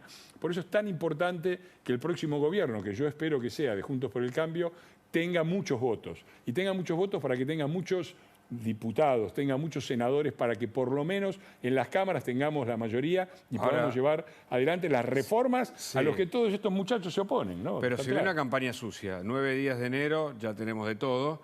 No vamos a describir cada uno de los pasos, lo hemos hecho eventualmente en cada oportunidad. Pero sí hay espionaje ilegal, hay un intento contra la Corte, bueno, distintas manifestaciones, voceros del gobierno que van a pegarle y que ven desde la oposición afectados, ¿no? El caso de Alessandro, el de Milman y otros que pueden venir, demuestran que no sé cómo se van a parar ustedes frente a los ataques. Lo que hay es un Estado policial. Lo que hay es un Estado policial en donde el propio presidente toma como válidas pruebas obtenidas ilegalmente y sin ningún tipo de verificación, porque si a alguien lo van a juzgar, primero tienen que ver de dónde salieron las pruebas, tienen que ser legales, y además tienen que ser legales para que sea verificable que esos chats realmente son así y no han sido modificados. No pueden garantizar de dónde salieron y quieren garantizar la autenticidad. Y esto es la característica del populismo. El populismo no es de derecha ni es de izquierda, es fácil de detectar porque se basa en 2 cosas. En destruir las instituciones, que es lo que hemos visto con el kirchnerismo acá, lo que seguimos viendo con el ataque a la justicia y es lo que vimos en la intentona de ayer de Brasil, y destruir el debate público. Yo los escuchaba recién con Grindetti. El kirchnerismo y el populismo en general, el kirchnerismo es una variante extrema, el peronismo kirchnerista, no intentan ganar el debate con argumentos, no intentan mostrar los hechos, mostrar los datos y tener razón. La forma de discutir de ello es para destruir el debate público. Destruir el debate público y transformar el debate sobre cuál es el modelo de país y cómo llegamos ahí y que los argentinos puedan decidir qué tipo de país quieren, en qué país quieren vivir. Destruyen eso y quieren que el debate sea acerca de un debate en el barro, y digo en el barro para ser educado a la hora de comer, un debate en el barro en el cual lo que se discute son estas cosas. Verdaderamente me parece que la opinión pública ha crecido bastante, logra diferenciar claramente a unos de otros y tiene muy claro quiénes durante 2 décadas por lo menos, en forma sistemática, saquearon el país y tienen toda su cabeza puesta en 2 cosas: en tratar de mantener el poder y en consagrar la impunidad de la jefa. Bien, bueno. No, yo le iba a hacer una preguntita más a Fernando, que es sobre el tema de la Corte. Bueno, se está activando el juicio político a la Corte y Leopoldo Moró, que es, bueno, la mano derecha, tal vez el gurú intelectual de Cristina Kirchner, hablando de los atributos que tiene la Comisión de Juicio Político que va a empezar a operar en la segunda quincena de enero, dice que podría llevar a los jueces de la Corte por la fuerza pública a esta comisión. Bueno, yo no puedo tomar eso como otra cosa como una amenaza. Está claro que los jueces no tienen ninguna obligación de concurrir personalmente y que Moró lo único que es un provocador, es un triste provocador que debería recordarse, ha pasado a los mismos que le hicieron el golpe a Alfonsín. Esa es la verdad de la milanesa. Moró, que reivindica su pertenencia al alfonsinismo y qué sé yo, está hoy haciéndole el trabajo sucio, el trabajo más sucio a los que le hicieron el golpe a Alfonsín. Así que hay poco que agregar de ese sujeto. Nosotros, desde luego, no vamos a consentir dentro de las posibilidades que tenemos, porque no somos la mayoría y no podemos tomar decisiones solos. Pero vamos claramente a poner toda la fuerza de que disponemos a disposición para defender la República y sus instituciones, la Corte Suprema de Justicia y el acatamiento de los fallos. Porque si acá cada uno puede decir, a mí este fallo no me gusta, lo acato, no me acato. Un gobernador de provincia, Quintela, ha dicho eso. Yo no pienso acatar ningún fallo de la Corte. Bueno, es que si vos ves, a vos que te gusta la historia. Pero es lo mismo que está sucediendo en Brasil, ¿no? A mí no me gusta la Corte de Justicia. O no acepta que hubo fraude. No acepta que hubo fraude y como a mí no me gusta, yo tomo y rompo la Corte de Justicia. Bueno, eso es el populismo y eso es lo que es el kirchnerismo. Nosotros está claro que nos vamos a poner con todas nuestras fuerzas. Bueno, y hablando de intento de golpe, en Brasil, Damián, ocurrió lo que ya sabemos en Brasilia, algo se calmó, pero va a haber medidas y seguramente medidas que van a impactar en la Argentina a nivel económico. Sí, a mí me gusta un poco bajárselo a la gente, qué es lo que implica para Argentina, ¿no? Lo que ha sucedido en el día de ayer y sigue sucediendo. Y hoy los mercados al principio reaccionaron mal, cayó el Bovespa, que es la bolsa brasilera, después recuperó un poco esas pérdidas a lo largo de la jornada y el real se devaluó frente al dólar. Un dólar terminó en 5 reales con 30. Es el valor más alto desde junio de 2022. Y uno puede llegar a decir, bueno, ¿y cómo impacta esto en Argentina? Bueno, nos impacta mucho porque en definitiva nosotros le vendemos a Brasil y al mundo. Y fíjense lo que pasa respecto de ese tipo de cambio multilateral. Está en niveles de 2017, es decir, tenemos un peso apreciado versus el real. Si el real se devalúa, efectivamente va a perjudicar a Argentina. ¿Por qué? Porque desde diciembre de 2020 se perdieron 20 puntos de competitividad versus Brasil y se perdió 25 puntos de competitividad versus el resto de los socios comerciales. Y vuelve a retrasarse el tipo de cambio frente al ritmo de aceleración que se había visto en los últimos meses. Por lo cual, efectivamente, lo que pasó ayer termina perjudicando una economía muy, pero muy debilitada en el caso de Argentina. Cuando vemos la próxima placa, vamos a ver cómo es el impacto de la economía brasileña en la Argentina. En el 73% de los trimestres que Brasil creció, también lo hizo la Argentina. Imagínense lo que le estoy diciendo. 73% de los trimestres que la economía de brasilera creció, también lo hizo Argentina. ¿Por qué? Porque el principal destino de las exportaciones argentinas es el 13% del total Brasil. Y 30% son industriales, que es valor agregado. Claro, son economías simbióticas, ¿no? Muy, pero muy esta relacionadas. frase que dice Brasil estornuda y Argentina se resfría. Absolutamente. Sí, Fernando, ¿podés intervenir? Sí, puedo intervenir. Primero, déjame decir que soy presidente de la Comisión de Mercosur y hoy todos los miembros de Juntos por el Cambio, por eso estás pertenecientes a la Comisión de Mercosur. Me vas a ayudar en una placa, en serio. Hemos sacado un comunicado de repudio a lo sucedido. Nos parece que claramente esto tiene implicancia, pero de esto tenemos que salir juntos, independientemente, y estas políticas de integración regional tienen que ser independientes de los gobiernos. Acá no es la patria grande, el chavismo, acá es Brasil y Argentina. Claro. Y los gobiernos democráticos de ambos países tienen un punto central que nosotros estamos impulsando fuertemente, es una moneda única que evite las devaluaciones competitivas. Es un proyecto de Martín Tetaz. ¿Es el proyecto de Martín Tetaz de atarse al real? Martín le encontró una vuelta. En realidad es un proceso bastante avanzado. En su momento el ministro de Bolsonaro, Guedes. ¿Vos estás hablando de la región o entre Brasil y Argentina? Yo creo que hay que empezar por algo. Perdóname, que Martín Tetaz lo que quiere es como atar el real, atarlo al real. Bien. El tema es este. Hubo momentos muy avanzados, inclusive entre Duhovne y Guedes en el momento que estábamos, para avanzar en el sentido de una moneda única. Obviamente esto es un camino, no es de un día para otro. La macroeconomía argentina tiene muchísimas distorsiones que la hacen imposible en el corto plazo, pero justamente tener un proyecto a mediano plazo, a un par de años, cuando digo mediano plazo, nos obligaría a meter nuestra macroeconomía en funciones. TETAS lo que propone es que el paso intermedio sea una especie de convertibilidad entre la moneda brasilera. Vos pensás que la moneda brasilera, porque muchos dicen Brasil, qué estabilidad es Brasil. La moneda argentina y la moneda brasilera valían 1 a 1 con el dólar. Sí, ahora está 5,3% de inflación. Tiene Ahí hay una Nosotros diferencia. tenemos 97. Sí, y además el real con el dólar cotiza a 5 o 6. 5,30, lo acabo de mostrar Nosotros recién. cotizamos a ¿cuánto? A 354. 354 hoy. Mirá, Digo, yo hay tengo una diferencia enorme, ¿Partís vos ¿no? esta idea de Martín Tetaz? Sí, bueno, en la instrumentación específica, yo no soy un economista. Entonces, la línea general creo que tengo una voz como para decirlo. Está muy claro, la Argentina es un país que necesita anclas externas, necesitamos sacar la maquinita de imprimir billetes de la mano de la política, de todos. Y nosotros estamos dispuestos, en Juntos por el Cambio, estamos dispuestos a un compromiso de no emisión. Pero ese compromiso, si vos lo haces a través de un acuerdo internacional con Brasil a largo plazo, le das una certeza al mercado a largo plazo muy diferente a que si sacás una ley que mañana te la rebotan. Bajá de shock la inflación al 5,3%. Bueno,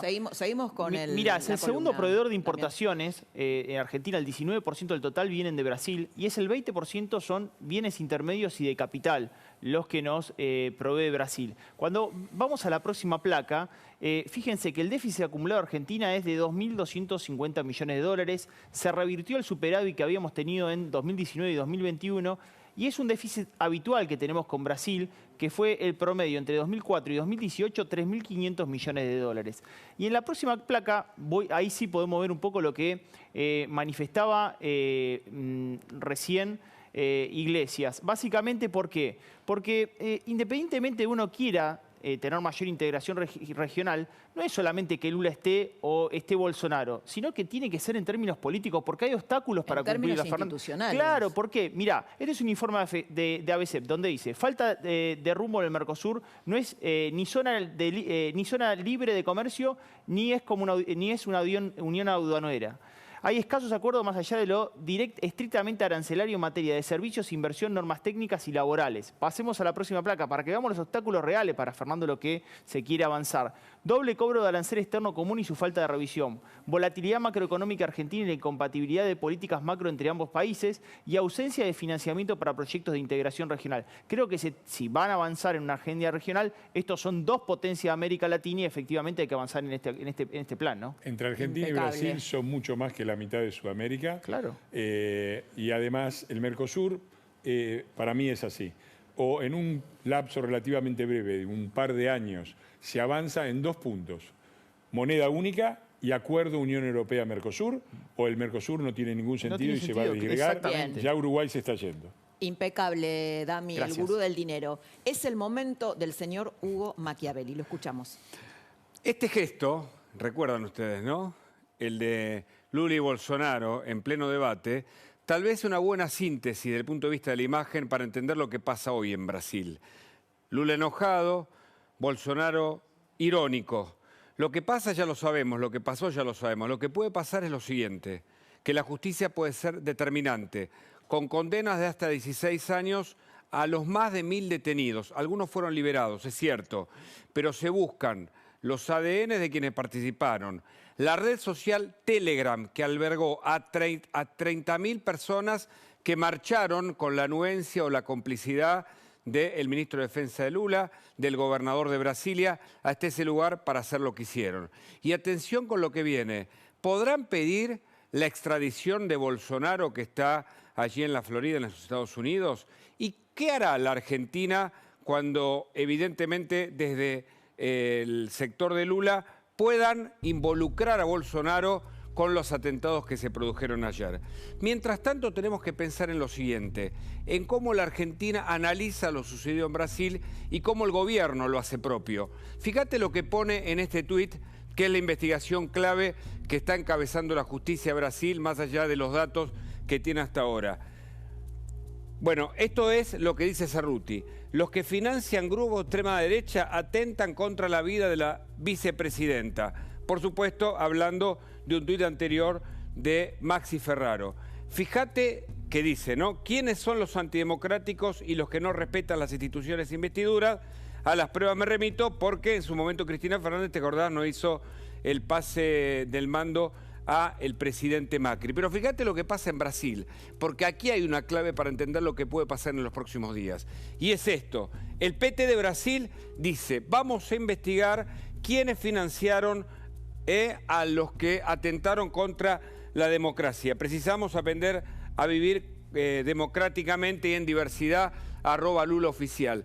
La idea de quién está detrás del atentado tiene que ver con lo que Cerruti de algún modo insinuó que pasa supuestamente en la Argentina con quienes financian a la política. Atención, no está descartado que se involucre a Bolsonaro, que está en Estados Unidos, con los atentados de ayer. Pero por lo pronto, la justicia va a ser muy determinante con quienes ayer atentaron contra el poder democrático en Brasil. Interesante, Hugo, porque a Bolsonaro lo apuñalaron, ¿no? Atentaron contra su vida en su campaña presidencial. No vimos al kirchnerismo solidarizándose con el ataque a Bolsonaro. Habló César Milani, que lo entrevistó, tenemos un audio de César Milani, el ex jefe del ejército, lo entrevistó nuestro colega Luis Gasulla, y acordate que Lilita Carrió y un grupo, una parte de Juntos por el Cambio, lo está acusando de integrar una mesa militar dentro de la AFI que orquesta, elabora el espionaje ilegal. Milani dijo esto, mirá. Carrió fue la misma que dijo que había grupos iraníes, ¿no es cierto?, en un buquebús, que yo estaba implicado.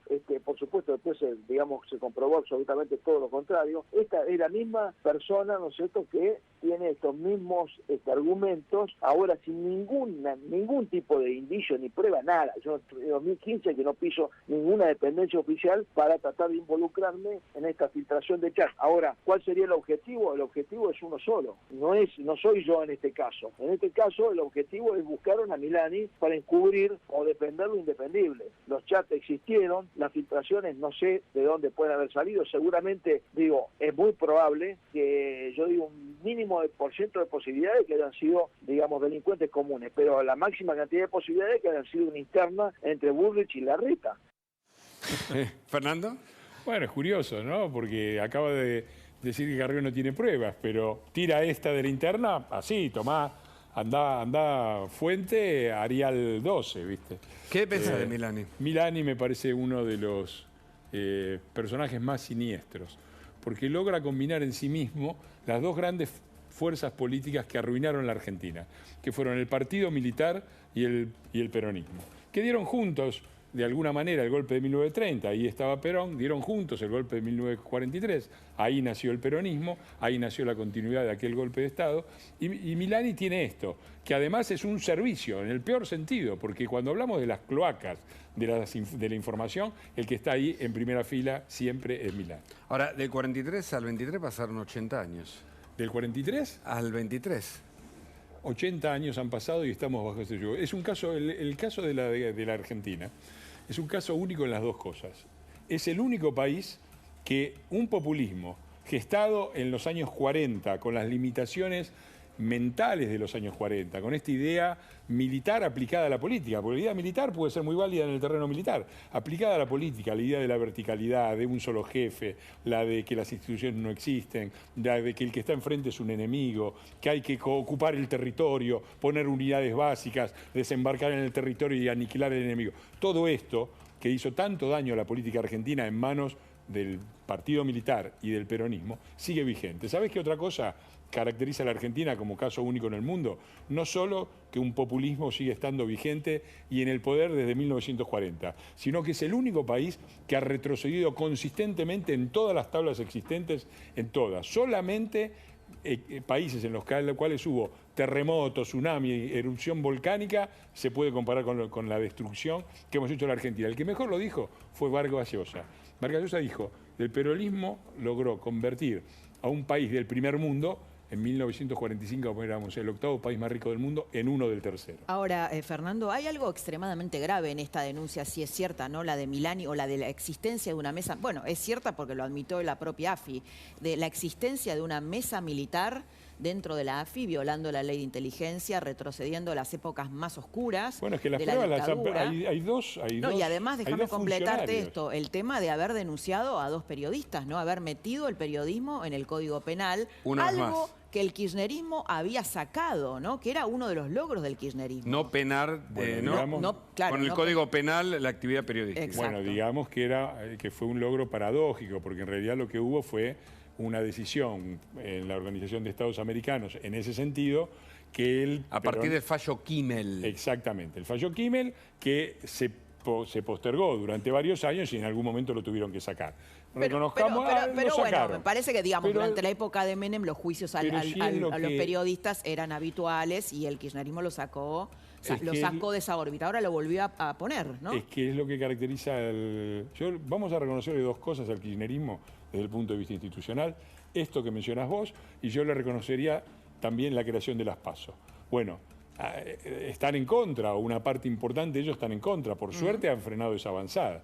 Entonces, lo de Milani es gravísimo, y lo que es gravísimo sobre todo es que haya un Estado policial donde pruebas obtenidas de manera ilegal y por lo tanto que no pueden trazarse, porque vos tenés una prueba ilegal, ¿cómo haces para verificar que sea cierto lo que dice? Es imposible. Fruto del árbol envenenado, se llama en teoría jurídica. Exactamente, que no pueden ser tomadas son tomadas como tales por el presidente de la Nación, que se vanagloria de ser profesor de la Facultad de Derecho, En cosa que aquella además no es, ¿no? cadena nacional, cuando Por anuncia. cadena nacional lo hizo y vuelven a hacerlo ahora. Y lo que hacen es embarrar la cancha, y digo embarrar de nuevo, en horario de protección al menor y cuando la gente Fernando, está almorzando, ¿no? Te voy a hacer tratar de responderlo lo más sinceramente posible. ¿Vos pensés que Argentina sortió esa cuestión cultural de que se salva con una figura mesiánica? Sea Perón, sea Cristina, sea Macri, sea Menem. Sea un Alfonsín. Mesías, quien sea. Porque Argentina viene estos 80 años pensando que no se trabaja con un equipo, con la meritocracia, con una gran calidad técnica para que las instituciones tengan los mejores y no que haya una suerte, digamos, de herejía política donde vos me conocés, vení que vas a ocupar un puesto. Con Está las reglas sorteada esa parejas batalla. para todos, Exacto, ¿no? está sorteada esa batalla. Sé sincero en la respuesta. ¿Está sorteada esa batalla cultural? No lo sé. Creo que hemos dado un paso adelante, ¿no? Creo también que los liderazgos son importantes, pero los liderazgos tienen que ser liderazgos de equipos consistentes que confíen en eso y no en que uno es un iluminado, que se le ocurrió todo, tiene todo absolutamente claro, no tiene ninguna experiencia y llegado ahí va a dar vuelta a las cosas. Yo espero que no. Ahora, me preocupan también otras cosas de si hemos aprendido. Una cosa que nos tenemos que empezar a preguntar, o que me parece que hay una reflexión en la sociedad argentina y que tenemos que definir, es si creemos que existen los atajos, si creemos que existen soluciones rápidas y fáciles a problemas que arrastramos durante décadas. Porque uno de los grandes problemas... Vos decís por el tiempo que le puede llevar a Juntos por el Cambio sacar O a el quien país sea. adelante. Mira, la gente... Sí, gana. Bueno, pero digo, él es representante de Juntos por el Los Cambio, ¿no? análisis que se hacen sobre los gobiernos suelen razonar como si el gobierno se sube a un auto que está parado y veamos cómo lo maneja. Eso no funciona así. Los gobiernos se suben a un auto que viene en movimiento, que tiene los frenos bien o tiene los frenos mal, que va por una autopista de 5 carriles o va por 2. A nosotros nos tocó, a Kirchner le tocó una Ferrari en una autopista de 5 carriles, ¿viste? Tenía todo el mundo en la miseria, con muy poco mejorabas la situación. Te vino el boom de los commodities, tenía superávit fiscal, liquidaste todo eso y el auto voló. A nosotros en 2015 y en el 2023 nos va a tocar un fitito arranca abajo con la redirección que no anda bien, las gomas patinando. Entonces se va a necesitar... Cierro. Yo creo que sobre todo los 2 primeros años van a ser los más difíciles. Yo soy muy optimista en el mediano y en el largo plazo. Los 2 primeros años van a ser muy difíciles. Y en los 2 primeros años, cuando vos venís así, lo primero es frenar la caída. Es decir, si alguien piensa que el avión va a ser así y va a salir vertical para arriba, se va a llevar una desilusión. Los 2 primeros años es para frenar la caída y crear la situación como para poder remontar y que la remontada dure 10 años, 20 años, porque no nos sirve que nos dure un año o 2. Claro. Eso, Fernando, si la gente lo entendió o no, lo vamos a descubrir hoy, en el 2023. Estabas hablando de Cambiemos y de Macri, y hoy el expresidente Mauricio Macri tuiteó sobre la situación de Brasil. Es el gran atacado, el gran blanco del kirchnerismo del día. Lo que tuiteó es esto: repudio los hechos violentos registrados en Brasil, donde una multitud invadió el edificio del Palacio Presidencial, la Corte Suprema de Justicia y el Congreso, poniendo en peligro la paz, la estabilidad democrática del país. Mi solidaridad con el presidente Lula en este momento. El episodio alerta sobre la fragilidad mundial de las instituciones democráticas que pueden ser atropelladas por una horda, como en Brasil o como sucede ahora mismo en la Argentina con la Corte Suprema de Justicia, a través de mecanismos políticos antidemocráticos igualmente brutales. No debemos olvidar que el kirchnerismo, que hoy se muestra conmocionado por los sucesos en Brasil, es el mismo que en 2017 organizó, promovió y protagonizó el asalto violento al Congreso de la Nación Argentina. Y el último tuit: la democracia y las instituciones tienen que ser respetadas siempre y en todas partes, porque primero destruirán las instituciones, después destruirán la libertad y luego la vida. Fernando. Completamente de acuerdo, respaldo cada una de las líneas y resalto que el ataque al Parlamento es la característica que define a todos los totalitarismos, populismos y autoritarismos. Siempre empiezan por el Congreso, que, como decía Tocqueville, es el corazón palpitante de la democracia. Claro. Y eso hay que estar muy atentos, porque es lo que pasó con la quema del Reichstag por parte de Hitler, es lo que hacen las dictaduras militares, lo primero que hacen es cerrar el Congreso. Ese ataque al Congreso, que es donde se expresa, bien o mal, con todos los defectos que podamos tener los diputados, donde se expresa la voz de todos los partidos políticos y de todos los ciudadanos, es característico de quienes quieren totalitarismo y no libertad. Ahora vamos a ver, yo te quiero decir algo que me parece que es cultural, que lo hemos conversado. El peronismo, el kirchnerismo, se ha apropiado del concepto del pueblo, porque se arma este debate. Entonces, parece que si uno no habla de peronismo está en contra del pueblo. ¿Cómo lograron eso? Si eso se puede desarticular, porque está la idea presente. Es la operación típica del populismo, claro, ¿no? Es confundir la parte. Si vos con no el sos todo. peronista o no sos kirchnerista, estás en contra del pueblo y a favor de los intereses foráneos. Bueno, 34% sacaron en las últimas elecciones y creo que van a sacar menos. Me parece que hay justamente ahí, en la concepción del populismo, una concepción monárquica, que es la idea muy similar a la militar, ¿no? Un gran jefe, el rey o el comandante en jefe del ejército, y el resto una serie de súbditos, serviles, plegados a su voluntad y a sus deseos. Eso se rompe históricamente en 1789 con la Revolución Francesa, quizás antes también con la Glorious Revolution inglesa, que son de 1648 y 1688, las revoluciones liberales. Y es muy interesante esto, porque yo veo un error muy grave en muchos, que es analizar todo esto que pasó, lo que pasó en Brasil, lo que pasa en Argentina, con el eje derecha-izquierda. Ese es un eje que existe, pero es secundario. La derecha y la izquierda nacen dentro de la Asamblea Francesa, que es el primer parlamento democrático que sirvió de modelo, con todos los desastres que cometió después, pero sirvió de modelo a lo que hoy entendemos como el Congreso, que es de lo que estamos hablando, del ataque al Congreso. La derecha y la izquierda se definieron dentro de instituciones republicanas como el Congreso, y no pueden existir antes de eso. Y cuando vos rompés el Congreso, pasás a una situación donde otra vez tenés la situación previa, que es la del monarca y la del antiguo régimen, y ahí no hay derechas ni izquierdas. Por eso hay tanta coincidencia entre, bueno, el hecho de los posibles financiamientos de Putin a Trump, y muestra claramente que ese eje de derecha e izquierda no existe. No existen las alianzas políticas. El kirchnerismo, por un lado, está con China, que es izquierda, Putin, que es de derecha, Irán, que es de derecha, Podemos, que es de izquierda. Digo, acá la grieta que separa política es a quienes creemos en dos cosas. En la política, en las instituciones democráticas, republicanas, y en una democracia liberal, con pluralismo y con garantías para las minorías. Y en la economía, en el capitalismo, en un capitalismo de libre mercado, abierto al mundo y competitivo. ¿Estamos quienes estamos a favor de eso? Con posiciones más socialdemocráticas o más liberales, está bien, las dos, cada cual tiene las propias, y están los que están en contra. Y esa es la grieta. Fernando, no, una cosa antes de darle paso a Damián, que es, bueno, yo no comparto con vos el tema de que yo creo que sí hay populismos de izquierda y de derecha, pero me parece que acá, y coincido con esto de que una de las características del populismo es el ataque al Congreso, porque el populismo lo que hace es arrogarse la representación del pueblo. Yo soy el pueblo, directamente, entonces las instituciones están de más, ¿no? Las mediaciones. Las mediaciones están de más. Es un diálogo. Siempre ha entendido entre... eso. El peronismo llega en 1946 y la única provincia en el Senado que gana a la oposición es Corrientes. ¿Sabes qué hicieron? No dejaron asumir a los diputados e intervinieron en la provincia.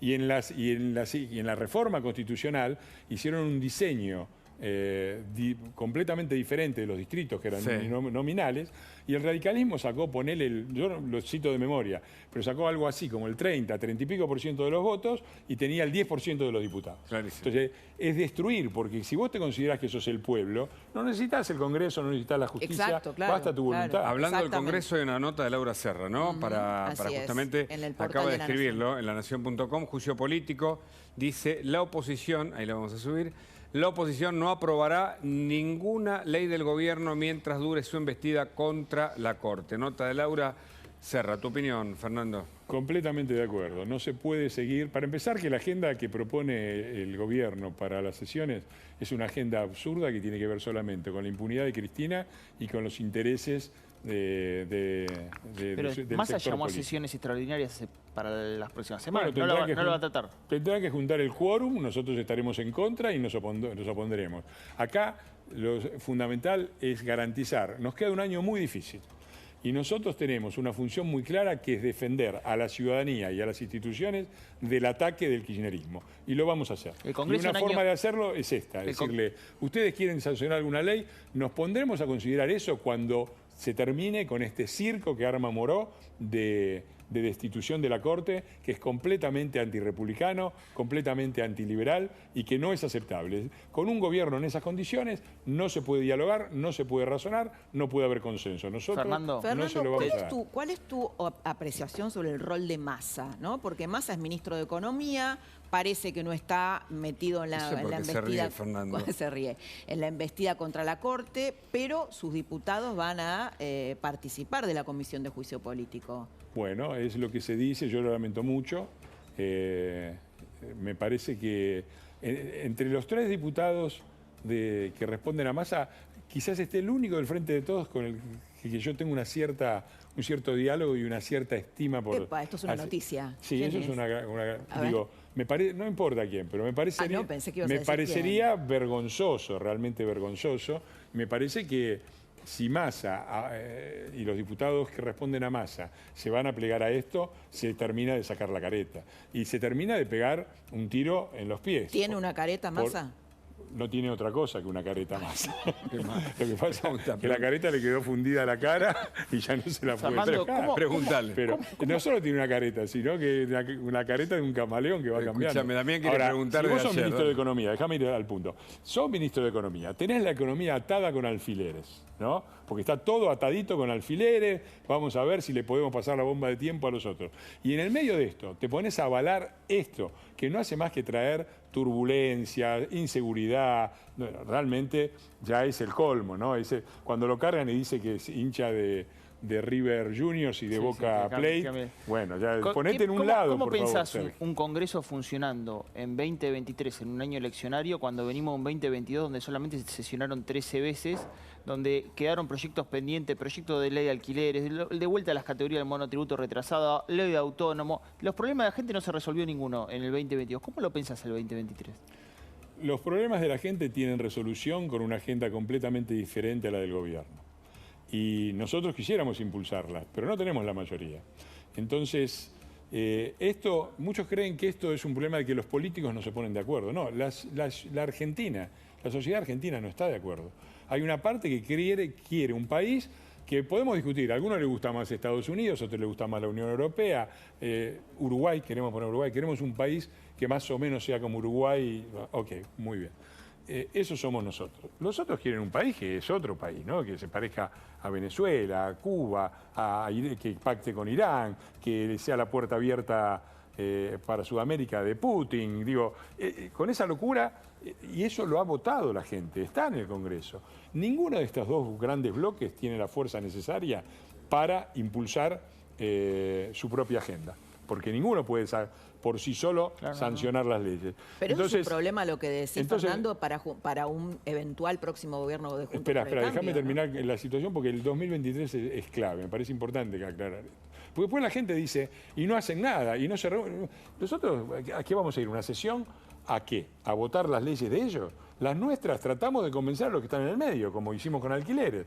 Bueno, la verdad que los que están en el bloque del medio no nos dan los votos. Y cada vez que vamos con alguna agenda que tiene que ver con solucionar problemas concretos de la economía, y los del centro no nos dan los votos, siempre nos faltan, no llegamos. Pero Fernando, entonces, la ley de alquileres fue de ustedes, fue de... La ley de alquileres fue un error nuestro, aceptado, lo hemos aceptado y hemos dicho en la campaña, y lo volvemos a decir, que si dependiera de nosotros lo derogaríamos y vamos a hacer todo lo posible. Nuestro primer planteo fue, tratemos de derogarla. Para hacerlo no bastan nuestros votos. Los que estaban en el medio, al principio nos dieron los votos, cuando llegó el momento, de repente 3 o 4 que eran fundamentales se borraron. Vaya uno a saber por qué, pero se borraron. Bueno, entonces dijimos, vamos con un proyecto de ley que modifique los 2 o 3 artículos peores. Nos dijeron que sí, nos dijeron que no. Bueno, no se puede sacar, no tenemos digo, esto lo tiene que pensar la gente, porque depende de cuántos diputados votás. O si vos te haces el enojadito y dividís el voto y después tenés 20 Los números bloques. son claros, es un desastre la ley de Entonces, la única forma, la esperanza que yo tengo, si la gente cree que del Congreso van a salir muchas leyes útiles a solucionar, es imposible, es lamentablemente imposible. Lo que nosotros podemos hacer y nos comprometemos a hacer es evitar lo peor. Lo peor es que sigan avanzando con la agenda de la patria subsidiada, es decir, buscando cómo sacarle más recursos al país productivo, a la clase media, al campo, a la capital y a las provincias del centro, que son las que aportan la coparticipación.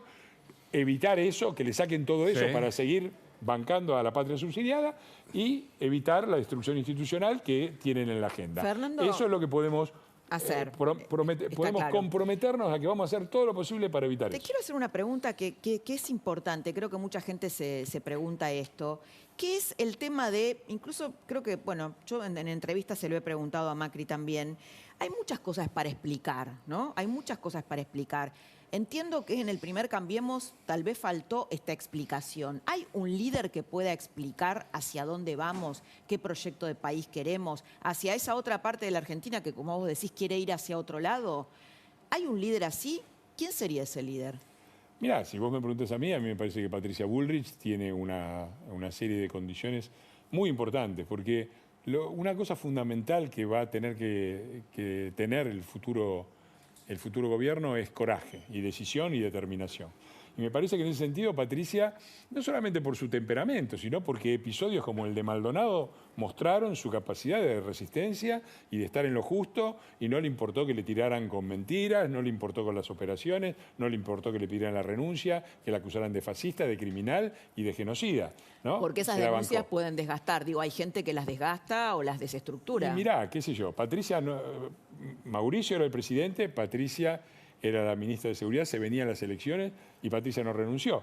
D'Alessandro, con todo respeto lo digo, no se sintió capaz y pidió licencia. ¿No se lo bancó? No sé, me parece bien. ¿La pidió él o se la pidió Larreta? No tengo la menor idea. Lo que digo es que, más allá de esto, y que me parece humanamente comprensible, me parece que marca también una diferencia en la consistencia, porque si vos vas a entrar, mirá, es muy sencillo hacer la cuenta, vos tenés que hacer una reforma educativa, Baradel está en contra, vos tenés que reformar los sindicatos, Moyano está en contra, tenés que una nueva ley laboral, la CGT te quiere matar, tenés que cambiar la coparticipación y la provincia, todos los gobernadores en contra, te van a tirar con todo, nos están tirando con todo ahora. Bueno, a esto, todos. perdóname, Entonces, esto yo se lo pregunté a Patricia en su momento. El problema central. Déjame meter esta preguntita. Yo se lo pregunté a Patricia, ¿qué pasa si vos sos presidenta y pasa todo esto que estás diciendo?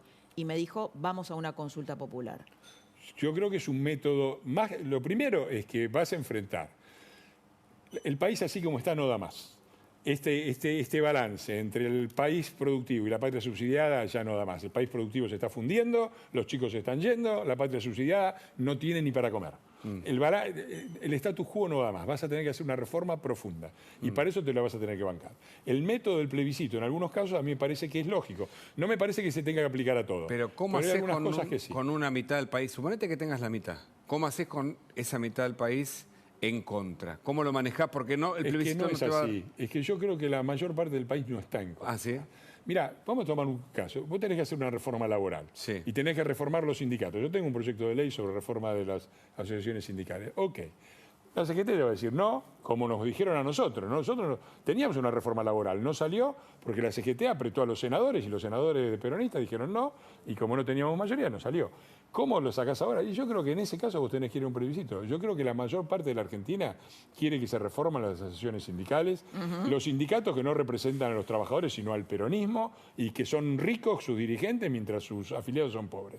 Yo creo que la mayoría está a favor de eso. Bien. Y está a favor también a que reformemos la parte laboral para que haya creación de empleo genuino, cosa que no hay en la Argentina desde hace 10 años por lo Hoy menos. no te puedes quejar, Iglesias, hablaste un montón. Me cansé a mí mismo. No Mira, te Escúchame, hay temas para hablar, y la hay temas, Argentina hay temas. promete. Y No, nosotros muy que también hasta acá llegamos Bueno, porque se nos va. Tenemos un horario. Se nos va el día, que terminar. Laura, bueno, Machiavelli. hasta mañana. Gracias por la Damián, bueno, Fernando, Laura. Dami, nuestro gurú del Sí, dinero, sí. Fernando. Te bueno, quedó un tema para mañana, sí, muy importante. Quedó un tema muy importante de Damián Dipache.